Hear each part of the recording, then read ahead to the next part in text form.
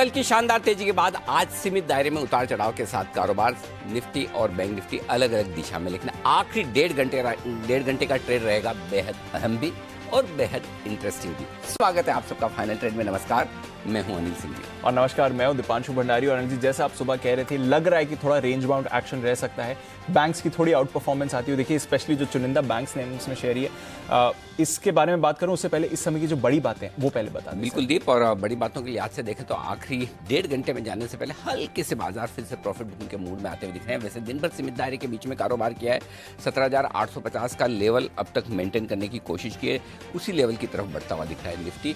Bank Nifty भी अभी 40,000 के ऊपर था, थोड़ा 150 पॉइंट 200 पॉइंट नीचे आया है। रियल एस्टेट शेयर आज के स्टार परफॉर्मर है फिर से। सरकारी बैंकों में तगड़ी तेजी है, प्राइवेट बैंक्स भी मजबूत हैं, ऑटो और एनबीएफसी शेयरों में खरीदारी भरपूर है। ऐसे में मेटल, आईटी, फार्मा, एफएमसीजी, ये 4 इंडेक्स ऐसे हैं जो हल्की फुल्की प्रॉफिट बुकिंग दिखाते हुए, कमजोरी दिखाते हुए इस वक्त आपको नजर आएंगे। डाउ फ्यूचर्स एकदम सपाट है और यूरोप के बाजारों में मिला जुला सा कारोबार है। बिल्कुल, तो थोड़ा रेंज बाउंड एक्शन आज बाजार में आपको आते हुए दिख रहा है। बैंक्स, फाइनेंशियल्स की आउट परफॉर्मेंस है सर, ये ऐसे ही रेंज बाउंड रहने वाले हैं या फिर क्लोजिंग में थोड़े फायरवर्क्स एक्सपेक्ट करें सर? त्योहारी सीजन में थोड़ा तो लोग भी खुश होंगे अगर बाजार कुछ एक्शन दिखा दे। वैसे बैंक निफ्टी के निवेशक तो आज खुश होने चाहिए। होना तो चाहिए, लेकिन दीप अनफॉर्चुनेटली ताकत नहीं दिख रही है। ऊपरी स्तरों पर 40,000 के आसपास बैंक निफ्टी में थोड़ी प्रॉफिट बुकिंग और निफ्टी में वही 18,000 के आसपास प्रॉफिट बुकिंग। तो 17,800 से 18,000 की जो ट्रेडिंग रेंज है, ऐसा लगता है उस रेंज के लोअर एंड की तरफ जाने की एक बार कोशिश कर सकते हैं। वहां से खरीदारी आएगी।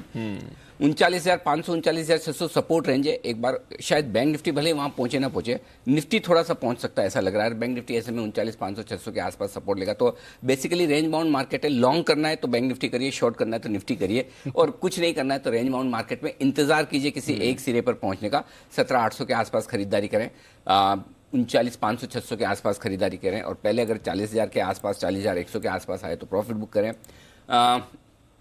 17,950 18,000 आए तो प्रॉफिट बुक करें। ठीक है, थोड़ा वेट एंड वॉच करना है। चलिए, तो ठीक है, ये है राय आपके लिए। आज के डेटा से दीप एक ही चीज दिख रही है आज के ट्रेडिंग पैटर्न से, जो शायद कल हमें ज्यादा अच्छे से समझ में आएगा।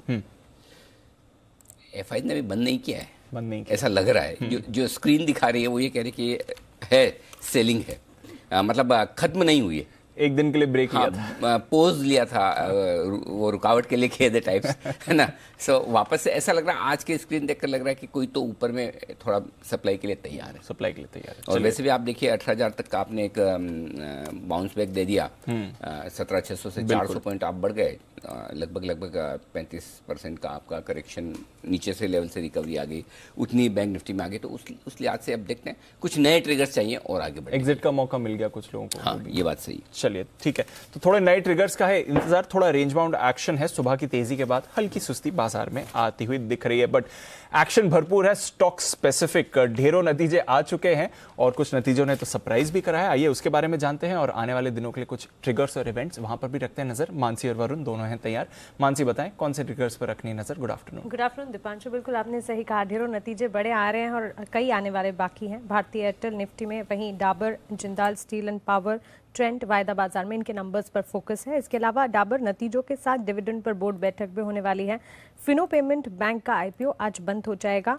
वहीं पीएनबी हाउसिंग 2,000 करोड़ तक फंड जुटाने को लेकर आज एक बोर्ड बैठक करने वाले, तो इस पर भी नजर रहेगी।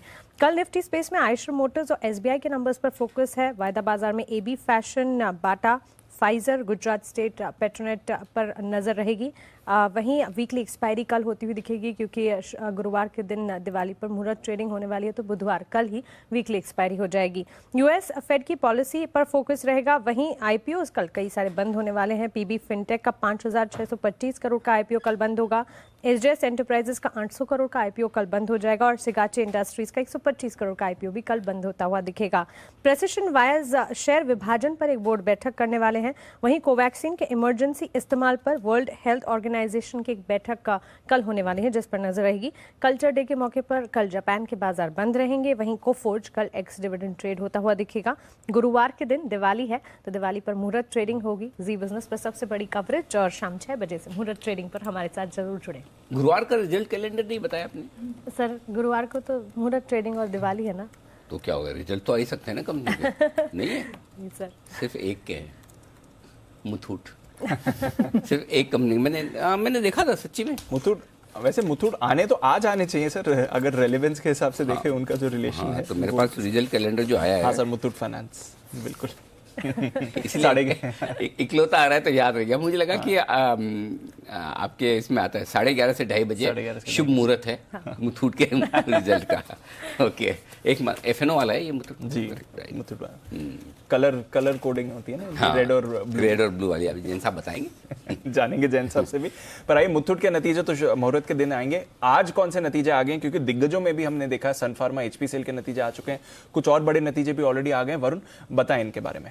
डेफिनेटली दीप, तो आपने सन फार्मा और HPCL से शुरुआत की, तो यहीं से शुरुआत करता हूं। सन फार्मा मुनाफा 2047 करोड़ पे आया है, 1680 करोड़ का अनुमान था, मार्जिन 25.64% से बढ़ के 27.3% पे आए हैं, तो ये तो अच्छे लग रहे हैं। HPCL अनुमान से थोड़े कमजोर है, मुनाफा 1920 करोड़ के आसपास आया है, 2150 करोड़ का अनुमान था, मार्जिन जो है 4.4% से घटकर 3.6% पे आए हैं। गोदरेज प्रॉपर्टीज यहाँ कंसोलिडेटेड मुनाफा जो है 35.7 करोड़ पे आया है, कंपनी की आय जो है 90 करोड़ से बढ़ के 129 करोड़ के आसपास आई है। एक चीज़ आपको गोदरेज प्रॉपर्टीज में ध्यान देना होगा कि जितने एस्टिमेट्स थे वहाँ अनुमान लगाया जा रहा था कि जो 575 करोड़ के आसपास की प्री सेल्स कंपनी ने की है वो ये टाइम पे कंपनी बुक करेगी, लेकिन वो कंपनी ने बुक नहीं किया है। इसके लिए अनुमान से अगर आप देखेंगे तो नतीजे थोड़े ज़्यादा ही कमज़ोर नजर आएंगे। एडवांस एंजाइम मुनाफा जो है 38.3 करोड़ से घटकर 30 करोड़ के आसपास आया है, मार्जिन 49% से गिर के 39%। इंडोको रेमेडीज मुनाफा 26 करोड़ से बढ़ के 42 करोड़, मार्जिन 18.6% से बढ़ के 22%। बैंक ऑफ इंडिया मुनाफा 530 करोड़ से बढ़कर 1050 करोड़ पे आया है, और कंपनी का जो ग्रॉस एनपीए 13.5 से घटकर 12% पे। DCW आय 338 से बढ़ के 572, मुनाफा 1 करोड़ से बढ़ के करीब 20 करोड़, मार्जिन देखिए 14.6 से घट के 13.9%। राणे होल्डिंग मुनाफा 4 करोड़ से बढ़ के 15 करोड़। PNG हाइजिंग मुनाफा 254 करोड़ से घटकर 218 करोड़। थंगामाइल ज्वेलर्स मुनाफा 342 करोड़ से बढ़ के मुनाफा 52 करोड़ से घटकर 27 करोड़। ज्योति लैब्स मुनाफा 60 करोड़ से घटकर 44 करोड़, मार्जिन में भी दबाव आया है। तिरुमलाई केमिकल मुनाफा 16.5 करोड़ से बढ़ के 50.6 करोड़, और रेडिको खैतान यहाँ पे कंपनी का जो मुनाफा है वो 73 करोड़ के आसपास ऑलमोस्ट फ्लैट रहा है, तो कोई ज़्यादा बदलाव नहीं है। इसके अलावा कुछ खबरें, इंसेक्टिसाइड इंडिया यहाँ पे हर्बिसाइड फॉर्मुलेशन के लिए इस कंपनी को पेटेंट मिला है, दवा के लिए करीब 20 साल के आसपास का पेटेंट जो है इस कंपनी को मिला है। इंटेलेक्ट डिजाइन कुवैत की एक बैंक है जिसके साथ कंपनी ने करार किया है, intellect global transaction booking banking के लिए करार जो है वो किया गया है। पेट्रोनेट LNG पे नजर रखिएगा क्योंकि 9 नवंबर को बोर्ड की बैठक है, नतीजे आएंगे, साथ ही साथ स्पेशल डिविडेंड पे कंपनी जो है विचार करने वाली है। मारुति ने नई सिलेरियो की बुकिंग शुरू कर दी है, 11,000 दे के आप बुकिंग कर सकते हैं। ब्लॉक डील में टाटा मोटर्स में 21 लाख शेयर और टाटा पावर में 6.7 लाख शेयर के बड़े सौदे हुए हैं। ओके, तो ये है आपके लिए कुछ बेहतरीन खबरों वाले शेयर्स और साथ ही जो नतीजे ऑलरेडी आ चुके हैं। आइए इन सभी नतीजों के बारे में, बजिंग स्टॉक्स के बारे में, इंडेक्स के बारे में और बाजार के एक्शन के बारे में बात करते हैं हमारे सारे एक्सपर्ट्स के साथ। राकेश जी, कुणाल जी, वागले साहब, सुमित जी, विश्वेश चौहान और थोड़ी देर में चोपड़ा साहब भी हमारे साथ जुड़ने के लिए हैं तैयार। थोड़ा बाजार उतार चढ़ाव दिखाते हुए दिख रहा है। सब तैयार है? हाँ, बिल्कुल ट्रेडिशन ही है सर, ओपनिंग शो का, क्लोजिंग शो का पहला बिगुल वागले साहब के लिए, वागले का वंडर।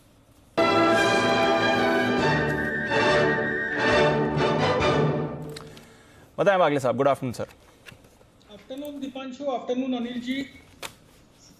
मेरे को बाय करना है आदित्य बिरला फैशन, शायद ये प्री रिजल्ट प्ले है। मेरा 300 का टारगेट है, अभी 284 285 का भाव है।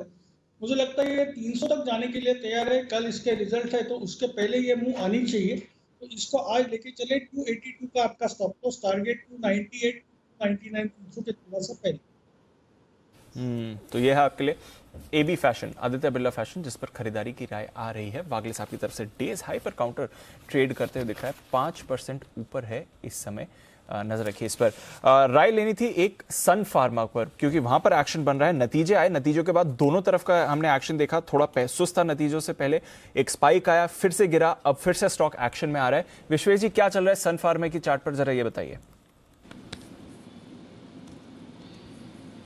Good afternoon Deepanshu, good afternoon Anil ji और हमारे सारे व्यूअर्स को, हमारे पैनलिस्ट को, और जैसे सुमित जी ने सुबह कहा, पूरे हमारे देशवासियों को धनतेरस की शुभकामनाएं। देखिए, अगर शॉर्ट टर्म में बात करें तो मुझे लगता है फार्मा सेक्टर काफ़ी सबड्यूड है, और जिस हिसाब से सन फार्मा की बात करें तो मुझे लगता है कि stock in a very near term एक रेंज में फंसा हुआ है। मुझे नहीं लगता है कि 840 ऊपर में निकल रहा है और 790 नीचे में निकल रहा है, तो यहाँ पे वेट एंड वॉच करना चाहिए। अगर कोई पोजीशन लेनी भी है तो मेरे हिसाब से 840 के ऊपर जब स्टेबल रहता है तभी इसको खरीदना चाहिए। ओके, तो थोड़ा रेंज में रहने चाहिए सन फार्मा पर। रेंज में रहेगा या नहीं डाबर, ये भी देखना जरूरी है क्योंकि इसके नतीजे आपकी स्क्रीन पर आते हुए दिख रहे हैं। फर्स्ट कट मुनाफा 504 करोड़ का आया है, हमारा अनुमान 470 करोड़ रुपए का था, तो मुनाफा थोड़ा अनुमान से बेहतर आते हुए दिख रहा है आपको डाबर का। ये नतीजे आपकी स्क्रीन पर इस समय फ्लैश हो रहे हैं। मुनाफे की अगर आप बात करें, एक बार जरा मैं ये फिगर भी चेक करके आपको बताता हूं। मुनाफा यहां पर एग्जैक्टली तो 483 करोड़ से बढ़कर 504 करोड़ का आया है और हमारे अनुमान से भी थोड़ा बेहतर आते हुए दिखा है। तो फर्स्ट कट पर डाबर का मुनाफा तो आपको अच्छा ही दिख रहा है। हमने 470 करोड़ का अनुमान लगाया था, तो उसके सामने तो बढ़िया मुनाफे का फिगर है। आय हम 2700 करोड़ का अनुमान लगा रहे हैं 2516 करोड़ से बढ़कर आने का, तो वहां पर भी रखते हैं नजर। और आय आई है 2817 करोड़ की, तो आय भी अनुमान से बेहतर है। तो आय मुनाफा दोनों अनुमान से बेहतर आते हुए दिख रहे हैं। वॉल्यूम ग्रोथ पर नजर रहेगी, 6 से 7% की वॉल्यूम ग्रोथ का अनुमान है, देखते हैं कैसे आते हैं। और ऑफकोर्स मार्जिन प्रेशर थोड़ा सा बाकी कंपनीज के हिसाब से उतना ज्यादा मार्जिन प्रेशर हम डाबर के लिए एक्सपेक्ट नहीं कर रहे हैं। थोड़ा सा मार्जिन प्रेशर होना चाहिए, पर देखते हैं अगर आय मुनाफा अनुमान से बेहतर है तो मार्जिन किस तरह के रहे हैं। उससे पहले एक बार जरा चार्ट पर राय ले ली जाए इस पर। कुणाल जी, 600 के ऊपर डाबर नतीजों के बाद पॉजिटिवली रिएक्ट करता हुआ, सर कौन से लेवल्स ध्यान में आ रहे हैं? देखिए, चार्ट अच्छा है दीपांशु, बेस बन चुका है डाबर में, कई दिनों का बेस है और उसका ब्रेकआउट आता हुआ दिख रहा है। बस एक बार ये स्टॉक जो है 605 रुपए के ऊपर टिक जाए, 605 के ऊपर जैसे ही टिक जाता है, मेरी राय में इसको खरीद करके चलना चाहिए। 622 इसके लेवल्स आते हुए 1-2 दिन में आपको नजर आएंगे। यहाँ डाउनसाइड रिस्क भी बहुत ही लिमिटेड नजर आ रहा है, तो 605 के ऊपर अगर ये 5-10 मिनट बिता देता है तो वहां पर खरीदारी करें। 622 का टारगेट होगा, 605 के ऊपर ही खरीदना है। मार्जिन्स 22% के आपको आते हुए दिखे हैं। हमारा अनुमान था मार्जिन्स का यहाँ पर 21.8, तो अनुमान से थोड़े बेहतर है। 22.6 के सामने 22%, तो अगेन इतने खराब मार्जिन का प्रदर्शन नहीं रहा है जितना हमने बाकी एफएमसीजी की तरफ देखा है। तो ओवरऑल बेसिस पर, कामकाजी तौर पर डाबर के नतीजे तो बाजार को अच्छे ही लगने चाहिए। अब देखते हैं वॉल्यूम ग्रोथ कैसी रही है कंपनी, क्योंकि इवेंचुअली वही इंपॉर्टेंट रहेगी। 621 करोड़ का कामकाजी मुनाफा आया है, अगेन 590 करोड़ का अनुमान लगाया था। तो सारे बेसिक जो पैरामीटर्स होते हैं नतीजों के, उस पर डाबर के नतीजे ज्यादा अच्छे आपको आते हुए दिखे हैं। बढ़िया प्रदर्शन डाबर की तरफ से, स्टॉक भी थोड़ा पॉजिटिवली रिएक्ट करते हुए दिख रहा है। बट आज बड़ी तेजी बनी हुई है बैंकिंग शेयर्स में। आरबीएल और बंधन दोनों पर नजर डालिए, 7% है ऊपर बंधन। आरबीएल अभी थोड़ी देर पहले हम देख रहे थे करीब 9.5% ऊपर आरबीएल भी चल रहा है। सुमित जी, पहले आरबीएल बैंक पर चार्ट पर राय दें, 10% ऑलमोस्ट ऊपर, क्या चल रहा है इस पे? एक अच्छा रिबाउंड दीपांशु लोअर लेवल से आरबीएल बैंक के अंदर देखने को मिला है और स्टॉक के अंदर एक स्ट्रॉन्ग कैंडल फॉर्म हुई है और वॉल्यूम्स भी पिछले 10-15 दिनों के हायर लेवल्स पे है। तो ये संकेत है कि स्टॉक के अंदर यहां से ऊपर का मूव देखने को मिलना चाहिए। 200 के ऊपर आज क्लोजिंग देखने को मिलती है, तो 210 रुपए से लेके 215 रुपए तक का मूव इमीडिएटली शॉर्ट टर्म में ट्रेडिंग के लिहाज से आरबीएल में देखने को मिल सकता है। बिल्कुल, तो यह है आपके लिए आरबीएल बैंक। बंसल जी, जरा बंधन बैंक के चार्ट्स पे नजर डालें क्योंकि यहां पर अच्छा एक्शन हो रहा है। लेवल्स बताएं सर इस पे। दीपांशु, काफी अच्छा एक्शन हो रहा है, काफी बुलिश और बड़ी वाली कैंडल बनी है। टेक्निकली लेवल्स देखें तो 305 नीचे में एक अहम लेवल है, इसका स्टॉप लॉस होना चाहिए और टेक्निकली स्टॉक एक ब्रेकआउट की कगार पर है।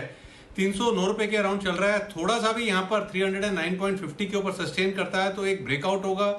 पोस्ट ब्रेकआउट 316, 318 के लेवल्स देखने को मिलेंगे। ओके, तो ये है आपके लिए राय बंधन बैंक पर जेएसपीएल पर भी डालिए नजर। और कुणाल जी, आप चार्ट भी पुल अप करिए क्योंकि इसके भी नतीजे आ गए हैं। बैक टू बैक बड़े नतीजे आते हुए दिख रहे हैं। मुनाफा 842 करोड़ से बढ़कर 2580 करोड़ का आया है, तो आपने 3 गुना मुनाफे में उछाल देखा है। बट हम थोड़ा और बेहतर मुनाफे का अनुमान लगा रहे थे। हमारा अनुमान था 2771 करोड़ का, तो हमारे अनुमान से थोड़ा कम मुनाफा आया है। हालांकि बहुत बढ़िया आपने उछाल आते हुए देखा है, पर उतना भी बढ़िया उछाल नहीं है जितना शायद इनिशियली बाजार ने अनुमान लगाया था जेएसपीएल के लिए। बट फर्स्ट कट पर एटलीस्ट मुनाफा बढ़कर तो आया है और काफी बड़ा 3 गुना का उछाल आपने मुनाफे में आते हुए देखा है जेएसपीएल की तरफ से। थोड़े और इसके नतीजों का है इंतजार। आइए तब तक एक बार कुणाल जी से चार्ट पर भी राय ले लें। कुणाल जी, जेएसपीएल सर।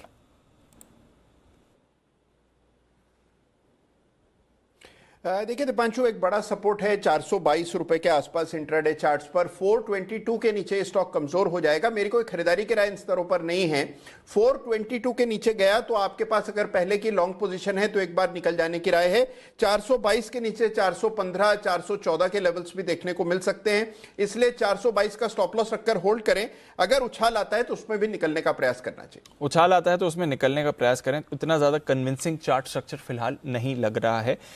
जहां तक अब बात है जीएसपीएल की, 13,611 करोड़ 612 करोड़ ये है इनकी आय का फिगर। हमने अनुमान लगाया था 12,564 करोड़। तो आय की अगर आप बात करें तो डेफिनेटली अनुमान से थोड़ी बेहतर आती हुई दिखी है। लगभग 8,970 करोड़ से माफ कीजिएगा 8,150 करोड़ से बढ़कर आय इनकी आई है 13,611 करोड़ के आसपास की। तो आय का फिगर अनुमान से थोड़ा बेहतर आपको आते दिखा है। अच्छी ग्रोथ वैसे आप देखें ओवरऑल बेसिस पर है। मुनाफा थोड़ा अनुमान से कमजोर रहा है जेएसपीएल के लिए, बट ओवरऑल बेसिस पर अच्छी बढ़त यहां पर भी दिखी है। आइए एक बिगुल सुमित जी के लिए, सुमित के सुपरहिट।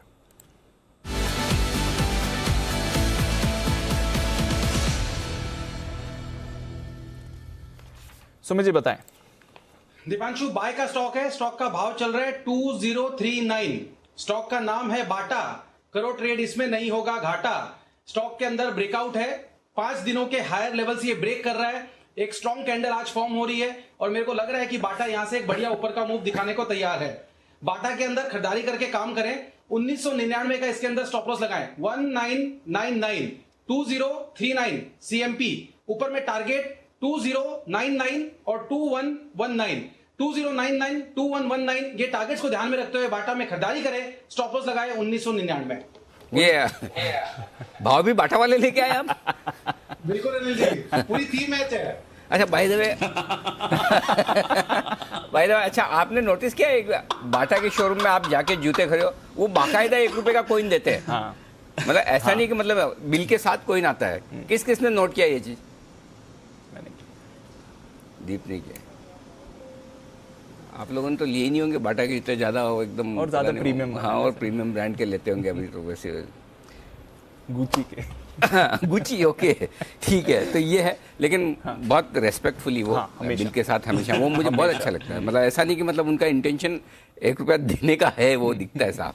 ओके, नहीं तो जनरली वैल्यू नहीं है आज के ज़माने में 1 रुपये की, लेकिन ठीक है। बिल्कुल। ओके, तो ये है आपके लिए बाटा में खरीदारी करनी। अच्छा सर, वैल्यू की बात निकली है तो आपको याद होगा शो के बाद न्यूज रूम में हम बात कर रहे थे दिवाली की, तो आपसे एक रिक्वेस्ट थी कि एक धनतेरस पिक तो सर आपकी तरफ से भी बनती है व्यूअर्स के लिए। हाँ, तो हम मैं बताऊं दर्शकों को, जब हम शो करके हम निकले तो दिवाली के दिन का वो प्लान कर रहे थे, दीप ने बोला कि इस बार दिवाली पिक्स, तो मेरे एकदम ख्याल हाँ दिवाली पिक्स तो सोचा नहीं है, तो बिल्कुल। और दिवाली पर देंगे पिक्स, जरूर देंगे। तो अभी तो 2 दिन है बाकी दिवाली में और धनतेरस पे। ओके, धनतेरस बनता है सर अभी। चलिए धनतेरस की भी एक पिक ढूंढी जाए, फिर दीप ने कहा तो थोड़ी देर में, तो दिवाली वाली धनतेरस में जरूर ऐसा कर लेना। चलिए ठीक है, देखते हैं अगर कोई अच्छी सी पिक मिल तो जाएगी। खैर ऐसी बात नहीं है, अगर ढूंढेंगे तो, ढूंढने से भगवान मिल जाती है, तो पिक ही है। तो चलिए, जब तक मुझे ना मिले तब तक मिल चुकी है आशीष को। आशीष तैयार है हमारे साथ ब्रोकरेज हाउसेस की दिवाली पिक्स लेकर। आशीष बताइए कौन से ब्रोकरेज हाउस की है आज आपके पास पिक्स, और कौन सी पिक्स उन्होंने चुनी है? सर एबी कैपिटल की तरफ से रिपोर्ट आई है। 6 दमदार स्टॉक्स हैं और केमिकल स्पेस में सबसे पहला नाम आता है आरती इंडस्ट्रीज।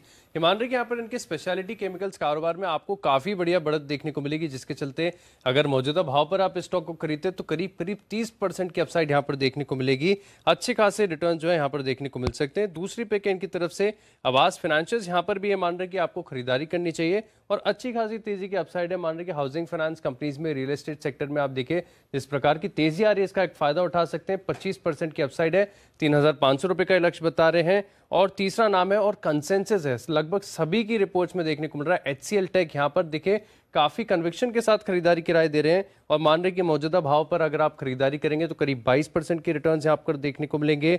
और अगला स्टॉक है टाटा पावर। यहाँ पर भी आप देखिए क्योंकि इनका ईवी चार्जिंग फोकस काफी ज्यादा बढ़ता हुआ नजर आ रहा है। रिन्यूएबल एनर्जी पोर्टफोलियो में भी काफी बड़ा सुधार और एक्सपांशन है।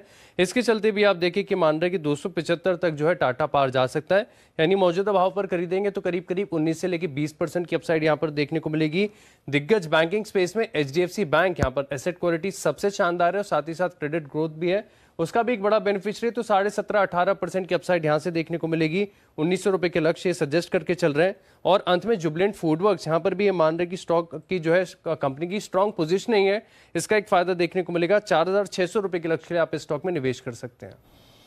ओके, तो यह है आपके लिए कुछ दिग्गज कॉल्स एबी कैपिटल की तरफ से, जो काउंटर्स उन्हें पसंद आ रहे हैं। दमदार ब्रोकरेज रिपोर्ट्स पूरी दिवाली की आशीष लेकर आ रहे हैं। कल भी आपके लिए 2 बढ़िया रिपोर्ट्स लेकर आएंगे। इस बीच यूनियन बैंक के नतीजे एक बार आपके लिए आपकी स्क्रीन पर मैं हाईलाइट कर दूं। मुनाफा 520 करोड़ से बढ़कर 1530 करोड़ का आया है। 3 गुना मुनाफे में आप उछाल आते हुए देख रहे हैं। जहां तक यूनियन बैंक की सवाल है, बढ़िया मुनाफे में आपने एक्शन बनते हुए देखा है। एनपीए में भी सुधार है। ग्रॉस एनपीए 13.6% से घटकर 12.6%। तिमाही दर तिमाही तो 1% का सुधार आपने ग्रॉस एनपीएस में देखा है। अभी भी एलिवेटेड लेवल्स पर हैं, बट डेफिनेटली सुधार देखा है। नेट एनपीएस में ज्यादा सुधार नहीं देखा है, यानी कि प्रोविजनिंग थोड़ी कम करी है और इसलिए आप शायद ओवरऑल मुनाफा इनका ज्यादा बढ़कर आते हुए देख रहे हैं। नेट एनपीए 4.69 से 4.61% के ही हैं। यूनियन बैंक की चार्ट आपके लिए। अनिल जी तैयार है? Dhanteras special pick. Okay, done. चलिए, एक बेहतरीन धनतेरस स्पेशल पिक अनिल जी की तरफ से।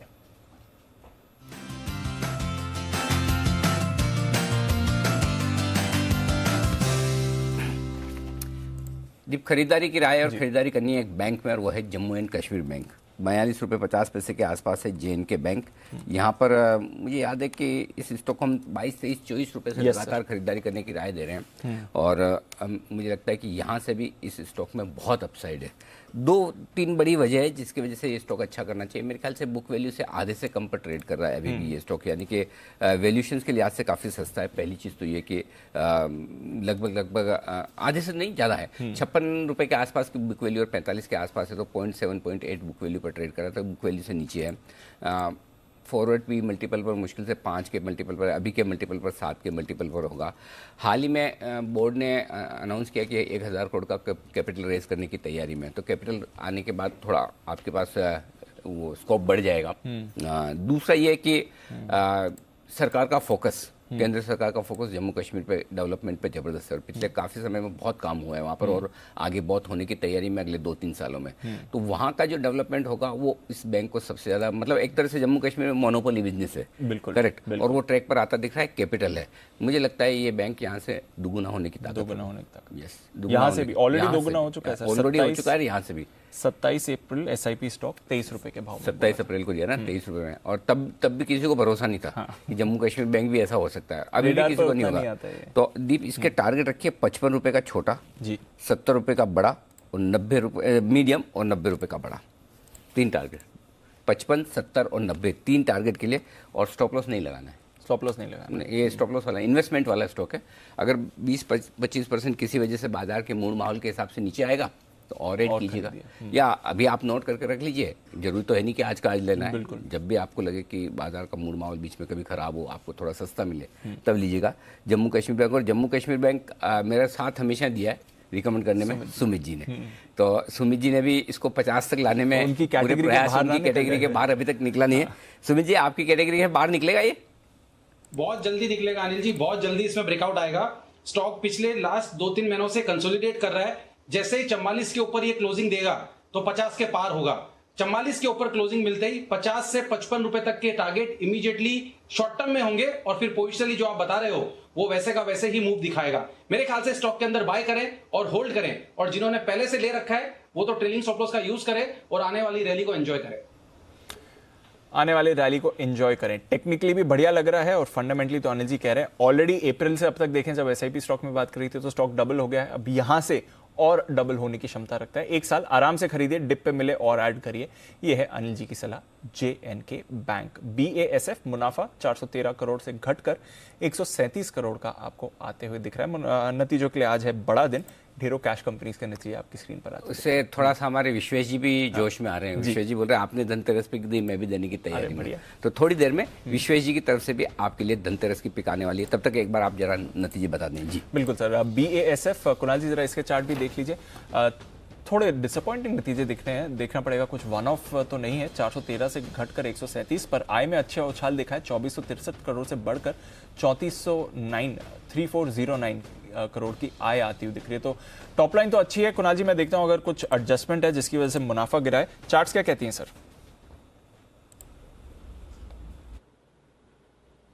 देखिए दीपांशु, करेक्शन के लिए तैयार है ये स्टॉक। इसके वीकली चार्ट्स पर एक ट्रिपल टॉप पैटर्न बना, उसके बाद हम देख रहे हैं कि इसमें कुछ गिरावट आती हुई दिख रही है। मुझे लगता है और थोड़ा गहरा सकता है करेक्शन, और इसमें बहुत मुमकिन है कि आपको 2800 के लेवल्स देखने को मिल जाएं जिस तरह का चार्ट स्ट्रक्चर है, और यहां से 10% का करेक्शन बिल्कुल मुमकिन है। लेकिन नीचे के लेवल्स पर डेफिनेटली ये stock buy and hold, buy and forget category का स्टॉक है। तो नीचे के लेवल्स पर अगर ये मिलता है तो डेफिनेटली इसमें खरीदारी करनी चाहिए। इन स्तरों पर अगर आप बहुत लंबी अवधि के निवेशक हैं तो बिल्कुल बने रहें। शॉर्ट टर्म ट्रेडर हैं, आपने रिजल्ट्स के लिए लिया था तो निकल जाने की राय है आपके लिए BASF, जिस पर आपको रखनी है नजर। एक्शन बन रहा है उस काउंटर पर भी। एक्शन बन रहा है टोरेंट पावर पर, यहां पर अच्छा एक्शन आते हुए दिख रहा है। नजर रखिए इस काउंटर पर 3.5% ऊपर है। सुबह भी थोड़े एक्टिव थे Torrent power, Tata power, NTPC जैसे काउंटर्स। नजर रखिए इस पर, थोड़ा मूव आपको आते हुए दिख रहा है इस काउंटर में। TVS मोटर्स, इसमें है अच्छी मूव। वागले साहब, सुबह बात भी हो रही थी TVS मोटर्स की, क्या करना है सर? 4% ऊपर इस समय। इसका जो ब्रेकआउट आया है 2 या 3 दिन पहले 660 से 665 ये लेवल पे, वहां से ये मूव चालू हुई है। अभी 701 पे मेरा मानना है पोजीशनली ये 750 तक जाना चाहिए। मैं 2 से 3 हफ्ते की बात कर रहा हूँ, 1-2 दिन की बात नहीं है। और हर कोई भी हल्की सी गिरावट आती है, करेक्शन आती है, 690 तक स्टॉक आ सकता है। बाय करके होल्ड करना है 675 के स्टॉप लॉस से।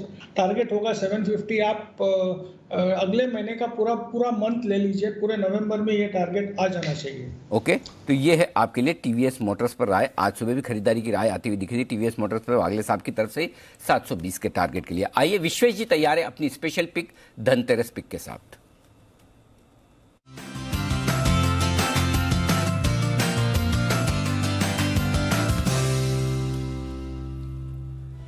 बताएं विश्वेश जी। अनिल जी देखिए, पहले तो एक छोटा सा अपडेट देना चाहूँगा। कल हमने रियल एस्टेट स्टॉक में बाय दिया था पूर्वांकरा, वो कल भी 10% अप था और आज भी 10% अप था। और जिस हिसाब से मुझे लग रहा है कि अब नेक्स्ट स्टॉक जो दौड़ लगाने के लिए तैयार है, और जो सेक्टरल मुझे अच्छा लग रहा है, काफ़ी दिनों से मैं मेंशन कर रहा हूँ, वो है सीमेंट। और सीमेंट में से मैंने जो स्टॉक चुना है वो है मंगलम सीमेंट। अनिल जी देखिए, मंगलम सीमेंट अभी करीबन 430 के आसपास चल रहा है। 1135 करोड़ का मार्केट कैप है और वैल्यूएशन बहुत ही चीपर है। 8.5 के PE पे मिल रहा है। Market cap to sales ratio 0.79 है। और अनिल जी सबसे इंटरेस्टिंग चीज़ है कि डेट टू इक्विटी बिलो 1 है। और जैसे मैं देख रहा हूँ अनिल जी, इसकी 47% CAGR है लास्ट 5 ईयर का, अगर आप प्रॉफिट की बात करो तो। मुझे लगता है अनिल जी इसका जो EPS है वो अच्छा ग्रो होना चाहिए। Expected for 2021 has to be more. हम लोग एटलीस्ट 50 रुपीज़ का EPS एक्सपेक्ट कर रहे हैं। 8 का PE चल रहा है अनिल जी। मुझे लगता है अपवर्ड रिविजन होगा, तो अगर 12 का PE दिया जाए और 50 का EPS आता है तो 600 का भाव बनता है। So from that perspective Anil ji 430 is a mouth watering price. Technically is a very very beautiful setup. Multi week consolidation है, 400 पे स्ट्रॉन्ग बेस बना है। मुझे लगता है सर अगर इसको 3 से 6 महीने दिया जाए तो 600 प्लस के लेवल देखने मिलेंगे। तो यहाँ पे मंगलम सीमेंट को खरीदारी की राय है टेक्निकल प्लस फंडामेंटल के लिहाज से। मुझे लगता है 400 तक मिले तो भी ऐड करें। अगली दिवाली तक 600 के ऊपर के लेवल एक्सपेक्ट कर सकते हैं। 600 के टारगेट लिए मंगलम सीमेंट, इस पर करें खरीदारी। ये है राइट। विश्वेश जी की डिप पर आए तो और भी आप ऐड करने की क्षमता रख सकते हैं। चार्ट कॉर्नर का बिगुल राकेश जी, कुणाल जी के लिए।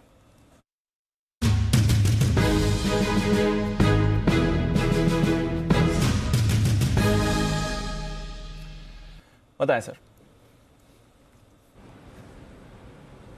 देखिए दीपांशु, पहले तो अपडेट है, सुबह हमने भी धनतेरस स्पेशल दिया था इंडिया बुल रियल एस्टेट, वो तो फायर कर रहा है। जिन्होंने लिया हुआ है होल्ड करें। और अभी का चार्ट कॉर्नर पिक है DLF के अंदर देखें तो स्टॉक ने करेक्शन दिखाई थी और अब एक अच्छी कंसोलिडेशन से एक नीट क्लीन क्लियर ब्रेकआउट दिया और स्टॉक 450 प्लस की तरफ जा रहा है। तो DLF को खरीदे। ओवर टू कुणाल जी। देखिए दीपांशु, सबसे पहले डिस्क्लेमर है कि मेरा निजी निवेश है काफी समय से DLF में, और जबरदस्त चार्ट स्ट्रक्चर है। आज सवेरे हम इंडिया बुल्स रियल एस्टेट की बात कर रहे थे, 10% की तेजी वहां देखने को मिल रही है। और DLF में भी हम एक बड़ा ब्रेकआउट आते हुए देख रहे हैं। नीचे एक बहुत शानदार बेस पिछले कुछ दिनों में बना है और ये ब्रेकआउट आता हुआ दिख रहा है। ये स्टॉक 450 के लेवल्स दिखाएगा। तो एक ही टारगेट दे रहे हैं 450 का, 450 का टारगेट है। स्टॉप लॉस रख लें 422 रुपए पर। 450 के लक्ष्य के लिए DLF बाय करें। DLF पे खरीदारी करने की राय आपके लिए कुणाल जी राकेश जी की तरफ से। आइए एक और स्टॉक जिसका जिक्र हम कर रहे थे लगातार बार बार, और वो है देवयानी इंटरनेशनल। आज सुबह भी हम बात कर रहे थे कि ये स्टॉक बहुत तेजी दिखाने को तैयार है, स्टॉक में जबरदस्त एक्शन होता हुआ दिख रहा है। देवयानी इंटरनेशनल क्या है ये कंपनी और क्यों है इतनी तेजी, बता रहे हैं वरुण। डेफिनेटली अनिल जी, तो तेजी का सबसे बड़ा कारण है टर्न अराउंड, बहुत और समय से पहले टर्न अराउंड। सबसे बड़ी बात ये है, अगर आप समय के पहले डिलीवर कर देंगे ना तो आपको मार्केट रिवॉर्ड करेगा, और वही रिवॉर्ड कर रहा है, और अभी तो शुरुआत है। क्यों मैं ये कह रहा हूँ, क्योंकि देखिए देवयानी इंटरनेशनल ये भी हाल ही की लिस्टेड कंपनी है और लॉस पेकिंग कंपनी थी। लगातार अगर आप देखेंगे FY 19, 20, 21 लगातार ये कंपनी लॉस कर रही थी, और नो डाउट ये कंपनी का जब मैनेजमेंट IPO के समय हमारे चैनल पे आया था तो इन्होंने कहा था कि हालात ठीक रहे तो हम कोशिश करेंगे इस साल प्रॉफिट में आने की। अब FY 22 में प्रॉफिट में आने की बात चल रही थी, लेकिन इसी क्वार्टर में दरअसल कंपनी जो है वो प्रॉफिट में आ चुकी है। करीब 47 करोड़ के आसपास का प्रॉफिट कंपनी ने किया है। ये सबसे अच्छी बात है अपने आप में। अब ये क्यों ऐसे में अपने आप में अच्छी बात कह रहा हूं, क्योंकि देखिए जितने भी ब्रोकरेज हाउसेस थे ना, सब ये मान के चल रहे थे कि FY 22 में भी कंपनी नुकसान करेगी। जो मैं एस्टिमेट्स पढ़ रहा था, करीब 10 से 20 करोड़ के आसपास का नुकसान जो है लोग मान के चल रहे थे कि FY 22 में कंपनी करेगी। लेकिन अगर आप पहले छमाही देखेंगे तो FY 22 में कंपनी ने पहली छमाही में करीब 13 करोड़ के आसपास का मुनाफा किया है। आय अगर आप देखेंगे तो पहली छमाही में 869 करोड़ के आसपास आई है। इसे अगर मैं एक्स्ट्रापोलेट करूं तो इस साल देवयानी इंटरनेशनल 50% के ऊपर की आय की ग्रोथ डिलीवर करने वाला है। सिर्फ यही नहीं, अगर आप इस कंपनी के सेम स्टोर सेल्स ग्रोथ देखेंगे तो KFC 72%, पिज्जा हट 76%, कोस्टा कॉफी जो है उसमें 226% के आसपास की सेम स्टोर सेल्स देखने मिली है। यानी कि हर पैमाने पे नतीजे अच्छे। और अनिल जी एक बड़ी बात यह है कि इस साल की शुरुआत में इस कंपनी के कुल स्टोर्स जो थे वो करीब करीब 600 के आसपास थे, और 150-200 आसपास स्टोर्स इस कंपनी ने और ऐड किए, यानी कुल स्टोर जो है वो 800 के आसपास आ चुके हैं। अब इन स्टोर्स को टर्न अराउंड होने में करीब 14-15 महीने का वक्त लगता है। यानी कि ये जो 200 स्टोर्स ऐड हुए ना, इनका प्रॉफिट बनने में तो ये अभी बाकी है। तो ये जो प्रॉफिट अभी आया है ये उन स्टोर से आया है जो ऑलरेडी ऑपरेशनल है। तो इसके लिए आप देख रहे हैं कि इस तरह का, और इसके पहले मैं आपको बताता हूँ ब्रोकरेज हाउस का जो टारगेट था ना इस काउंटर पे, लॉस मेकिंग जब थी और लॉसेस एस्टिमेट कर रहे थे FY 22 में तो 150 के ऊपर का टारगेट था, और अब ये प्रॉफिट कर रही है। बड़ी टर्न अराउंड हो सकती है सर ये समय से पहले। आपको याद है तो लिस्टिंग के बाद से ही और लिस्टिंग के पहले भी मैंने लगातार कहा था ये स्टॉक पोर्टफोलियो में होना चाहिए। इनफैक्ट अगर आप देखें तो वेस्ट लाइफ, जुबिलेंट फूड, इनसे आप कंपेयर कर सकते हैं इस स्टॉक को। कुछ लोग जोमेटो से भी करते हैं बट वो ठीक नहीं है, बट उनसे कंपेयर करना ज़्यादा ठीक है। मुझे लगता है कि ये स्टॉक 200 रुपये होने की ताकत है। एक्चुअली जब आज आपने मुझे बोला ना कि धनतेरस पिक के तौर पर, तो मैं सोचा था कि ये दूं या ये दूं। ओके, तो ये ऑलरेडी 10% ऊपर था, फिर मैंने कहा छोड़ो अब 10% बढ़ा हुआ है तो अब क्या है, मतलब और 2 दिन में ही 115 से 135 हुआ है, तो वो जूस निकल गया। लेकिन जिनके पास है IPO के, उन्हें 100% होल्ड करना चाहिए 175-200 के टारगेट के लिए। ये बहुत नए जमाने का बिजनेस है, प्रॉफिटेबल है। से अगर आपको 2 क्वालिटी मिल जाती किसी बिजनेस में, जैसे नजारा नए जमाने का बिजनेस है, प्रॉफिटेबल है, जैसे कि देवयानी नए जमाने का बिजनेस है, प्रॉफिटेबल है, बिल्कुल है ना। जहां पे दोनों क्वालिटी, नायका जहां दोनों क्वालिटी, जहां खाली एक ही है कि नए जमाने का लॉस करता है, वहां आपको थोड़ा सावधान रहना है कि भाई ठीक है, लॉस से कब प्रॉफिट करेगा पता नहीं। अब इसके केस में यही हुआ है, प्रॉफिटेबल इतना जल्दी हो गया 1 साल पहले, बिल्कुल एक साल मान सकते हैं, लगभग 1 साल पहले कमाल कर देगा ये। और आज आप वो सारी ब्रांड्स हैं इनके पास जहां आप जाकर खाना पीना चाहते हैं, बिल्कुल करेक्ट। सो बहुत बढ़िया स्टॉक है, और ये क्वार्टर तो वैसे भी काफी अच्छा रहता है। एब्सोल्युटली, इसको सबसे ज्यादा रिकमेंड किया है अगर हमारे चैनल पे तो वो है सेठी साहब जी। आइए सेठी साहब को बधाई भी दे दी जाए। स्वागत करते हैं सदाबहार सेठी साहब की शॉर्ट टर्म पिक्स।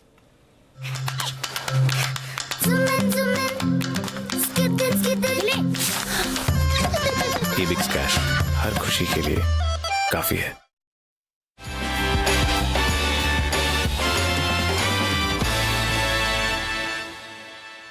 सेठी साहब स्वागत है आपका। सबसे पहले तो आपको बधाई भी एक नहीं डबल देनी है। पहली तो देनी है आपको ये Devyani international, I don't know आपने सुना, अभी हम बात कर ही रहे थे। और दूसरा इंडिया बुल्स रियल एस्टेट भी कल भी आपने यहाँ लॉन्ग टर्म पिक के तौर पर दिया था SPL में, और ये दोनों स्टॉक लगातार आपकी लिस्ट में घूम फिर के हफ्ते में एक बार आ ही जाते हैं कहीं कहीं से, correct sir? Good afternoon Anil ji. हफ्ते में एक बार इतनी जल्दी नहीं आते अनिल जी, आते हैं बट हफ्ते में एक बार नहीं आते हर हफ्ते। बट अनिल जी ये देवयानी इंटरनेशनल, देखिए इंडिया बुल्स रियल एस्टेट, आपकी याददाश्त तो कमाल है आपकी। कल सुबह SPL मिड कैप सेगमेंट में मैंने 158 रुपए में इंडिया बुल्स रियल एस्टेट को लॉन्ग टर्म पिक रिकमेंड किया, आज 178-79 हो गया, तो बहुत जबरदस्त रिटर्न बने। और देवयानी इंटरनेशनल तो अनिल जी फ्राइडे को ही मैंने 120 रुपए पे रिकमेंड किया था, अभी 138 हो गया। और वैसे आप अभी जो थोड़ी देर पहले दुख व्यक्त कर रहे थे या अपना कंफ्यूजन बता रहे थे कि आपको जो एक धनतेरस पिक देनी थी उसमें J&K बैंक और इसमें चूज करना था, तो आपका काम भी मैंने अनिल जी पूरा कर दिया, बिकॉज आज 11 बजे जो स्पेशल तो था री बिजनेस पे जिसमें धनतेरस पिक्स देनी थी, उसमें मेरी वन ऑफ द 3 पिक्स में देवयानी इंटरनेशनल था विद अ टारगेट ऑफ 200 रुपया। ओके, तब भागा है। अब मैं समझा कि ये कहाँ से हुआ है। अच्छा, मैं माफ कीजिएगा, मैं मिस कर गया एक्चुअली वो शो में पूजा में बैठा था, हमारी ऑफिस की पूजा चल रही थी। अच्छा, तब इस चक्कर में स्टॉक ऑलरेडी एक्शन में। अच्छा, ठीक है, चलिए आपने कर दिया रिकमेंड, तो होना चाहिए रिकमेंड, कोई भी करे। वाह, बहुत बढ़िया सर। हाँ, तो बिल्कुल जी बिजनेस के व्यूअर्स को नुकसान नहीं हुआ, उनको तो फायदा हो गया अनिल जी। बताएं सर, अब आज क्या इरादा है? अनिल जी, आज भी वैसे ही रोज की तरह 2 पिक्स है, कैश मार्केट के स्टॉक्स हैं और दोनों में खरीदारी करनी है। जो पहला स्टॉक है अनिल जी, वो स्टॉक मैं आज पहली बार रिकमेंड करने जा रहा हूँ, पहले ही चैनल पे और लोगों ने किया हुआ है, मुझे याद आता है। मिसेस बेक्टर्स फूड स्पेशलिटीज, जो कि अभी 409 के लेवल पे ट्रेड हो रहा है। ये एक भारत की लीडिंग बिस्किट्स, ब्रेड्स और बेकरी प्रोडक्ट्स बनाने वाली कंपनी है। बहुत ही पॉपुलर इसके ब्रांड्स है क्रेमिका और इंग्लिश अवन। फिर ये कंपनी माने एक बहुत ही शानदार डिस्ट्रीब्यूशन नेटवर्क है, around 748 distributors across the country और 4,58,000 रिटेल आउटलेट्स पे इनके प्रोडक्ट्स अवेलेबल है। फिर इसके अलावा ये इंस्टीट्यूशंस को भी कैटर करती है, जिसमें ये जो CSD कैंटीन स्टोर्स होते हैं उनको, और ये जितने QSRs है जिनकी हम बात कर रहे हैं, जैसे देवयानी भी वन ऑफ दम, बट बाकी मैकडोनल्ड्स है, KFC है, इवन PVR, फिर क्लाउड किचन, इन सबको इनके प्रोडक्ट्स ये जाते हैं, ये कैटर करती है। Solid fundamentals, return on equity 17%, debt equity ratio 0.29 का। और मैं कंपेयर कर रहा था जो इस तरह की फूड वाली कंपनीज है, उनके कंपैरिजन में वैल्यूएशन बहुत ही सस्ते है। 37 के मल्टीपल पे स्टॉक ट्रेड करता है, जबकि आप दूसरी कंपनियां 73-74 के मल्टीपल पे ट्रेड करती है। FISDAs अराउंड 8% स्टेक ओन करते हैं, जिसमें फ्रैंकलिन टेम्पल्टन, एक्सिस वगैरह है इसमें। तो अनिल जी, इस स्टॉक को ये जो करंट लेवल है 408-9 के, यहाँ पे खरीदारी करने की सलाह, और मेरा शॉर्ट टर्म का टारगेट है 425 रुपए का, स्टॉप लॉस 395 रुपए। ओके, तो मिसेस बेक्टर्स फूड, खाने पीने वाली सारी चीजों के नंबर आएंगे, सारी कंपनियों के नंबर आएंगे ऐसे सर?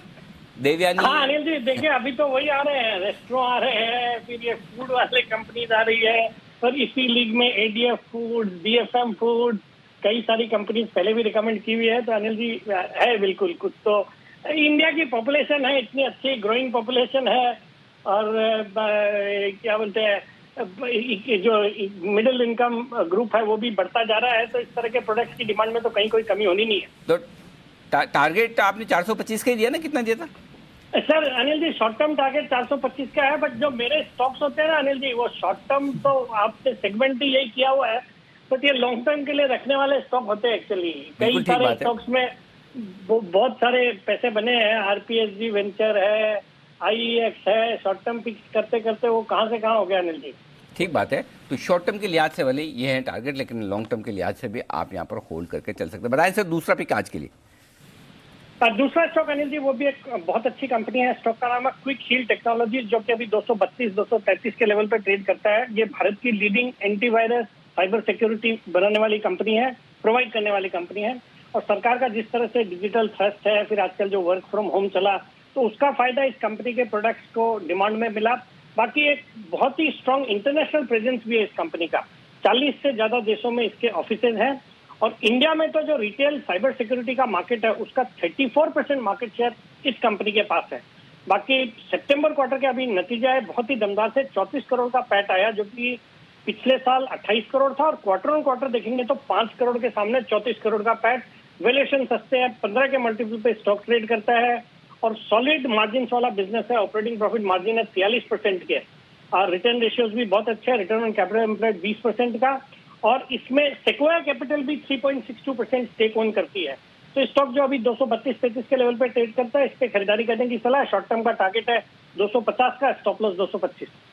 250 का टारगेट, 225 का स्टॉप लॉस। क्विक हील और साथ ही मिसेस बेक्टर्स फूड, ये 2 बेहतरीन कॉल्स सेठी साहब की तरफ से आपके लिए। बहुत बहुत शुक्रिया सेठी साहब हमारे साथ जुड़ने के लिए और अपनी कॉल्स शेयर करने के लिए। पर आइए बाजार पर क्या व्यू बनाना है ये जान लेते हैं अनिल जी के साथ मार्केट स्ट्रैटेजी में। कभी कभी खुशी के लिए कुछ ज्यादा नहीं, एक अनजान दोस्त ही काफी है। एबिक्स कैश हर खुशी के लिए काफी है।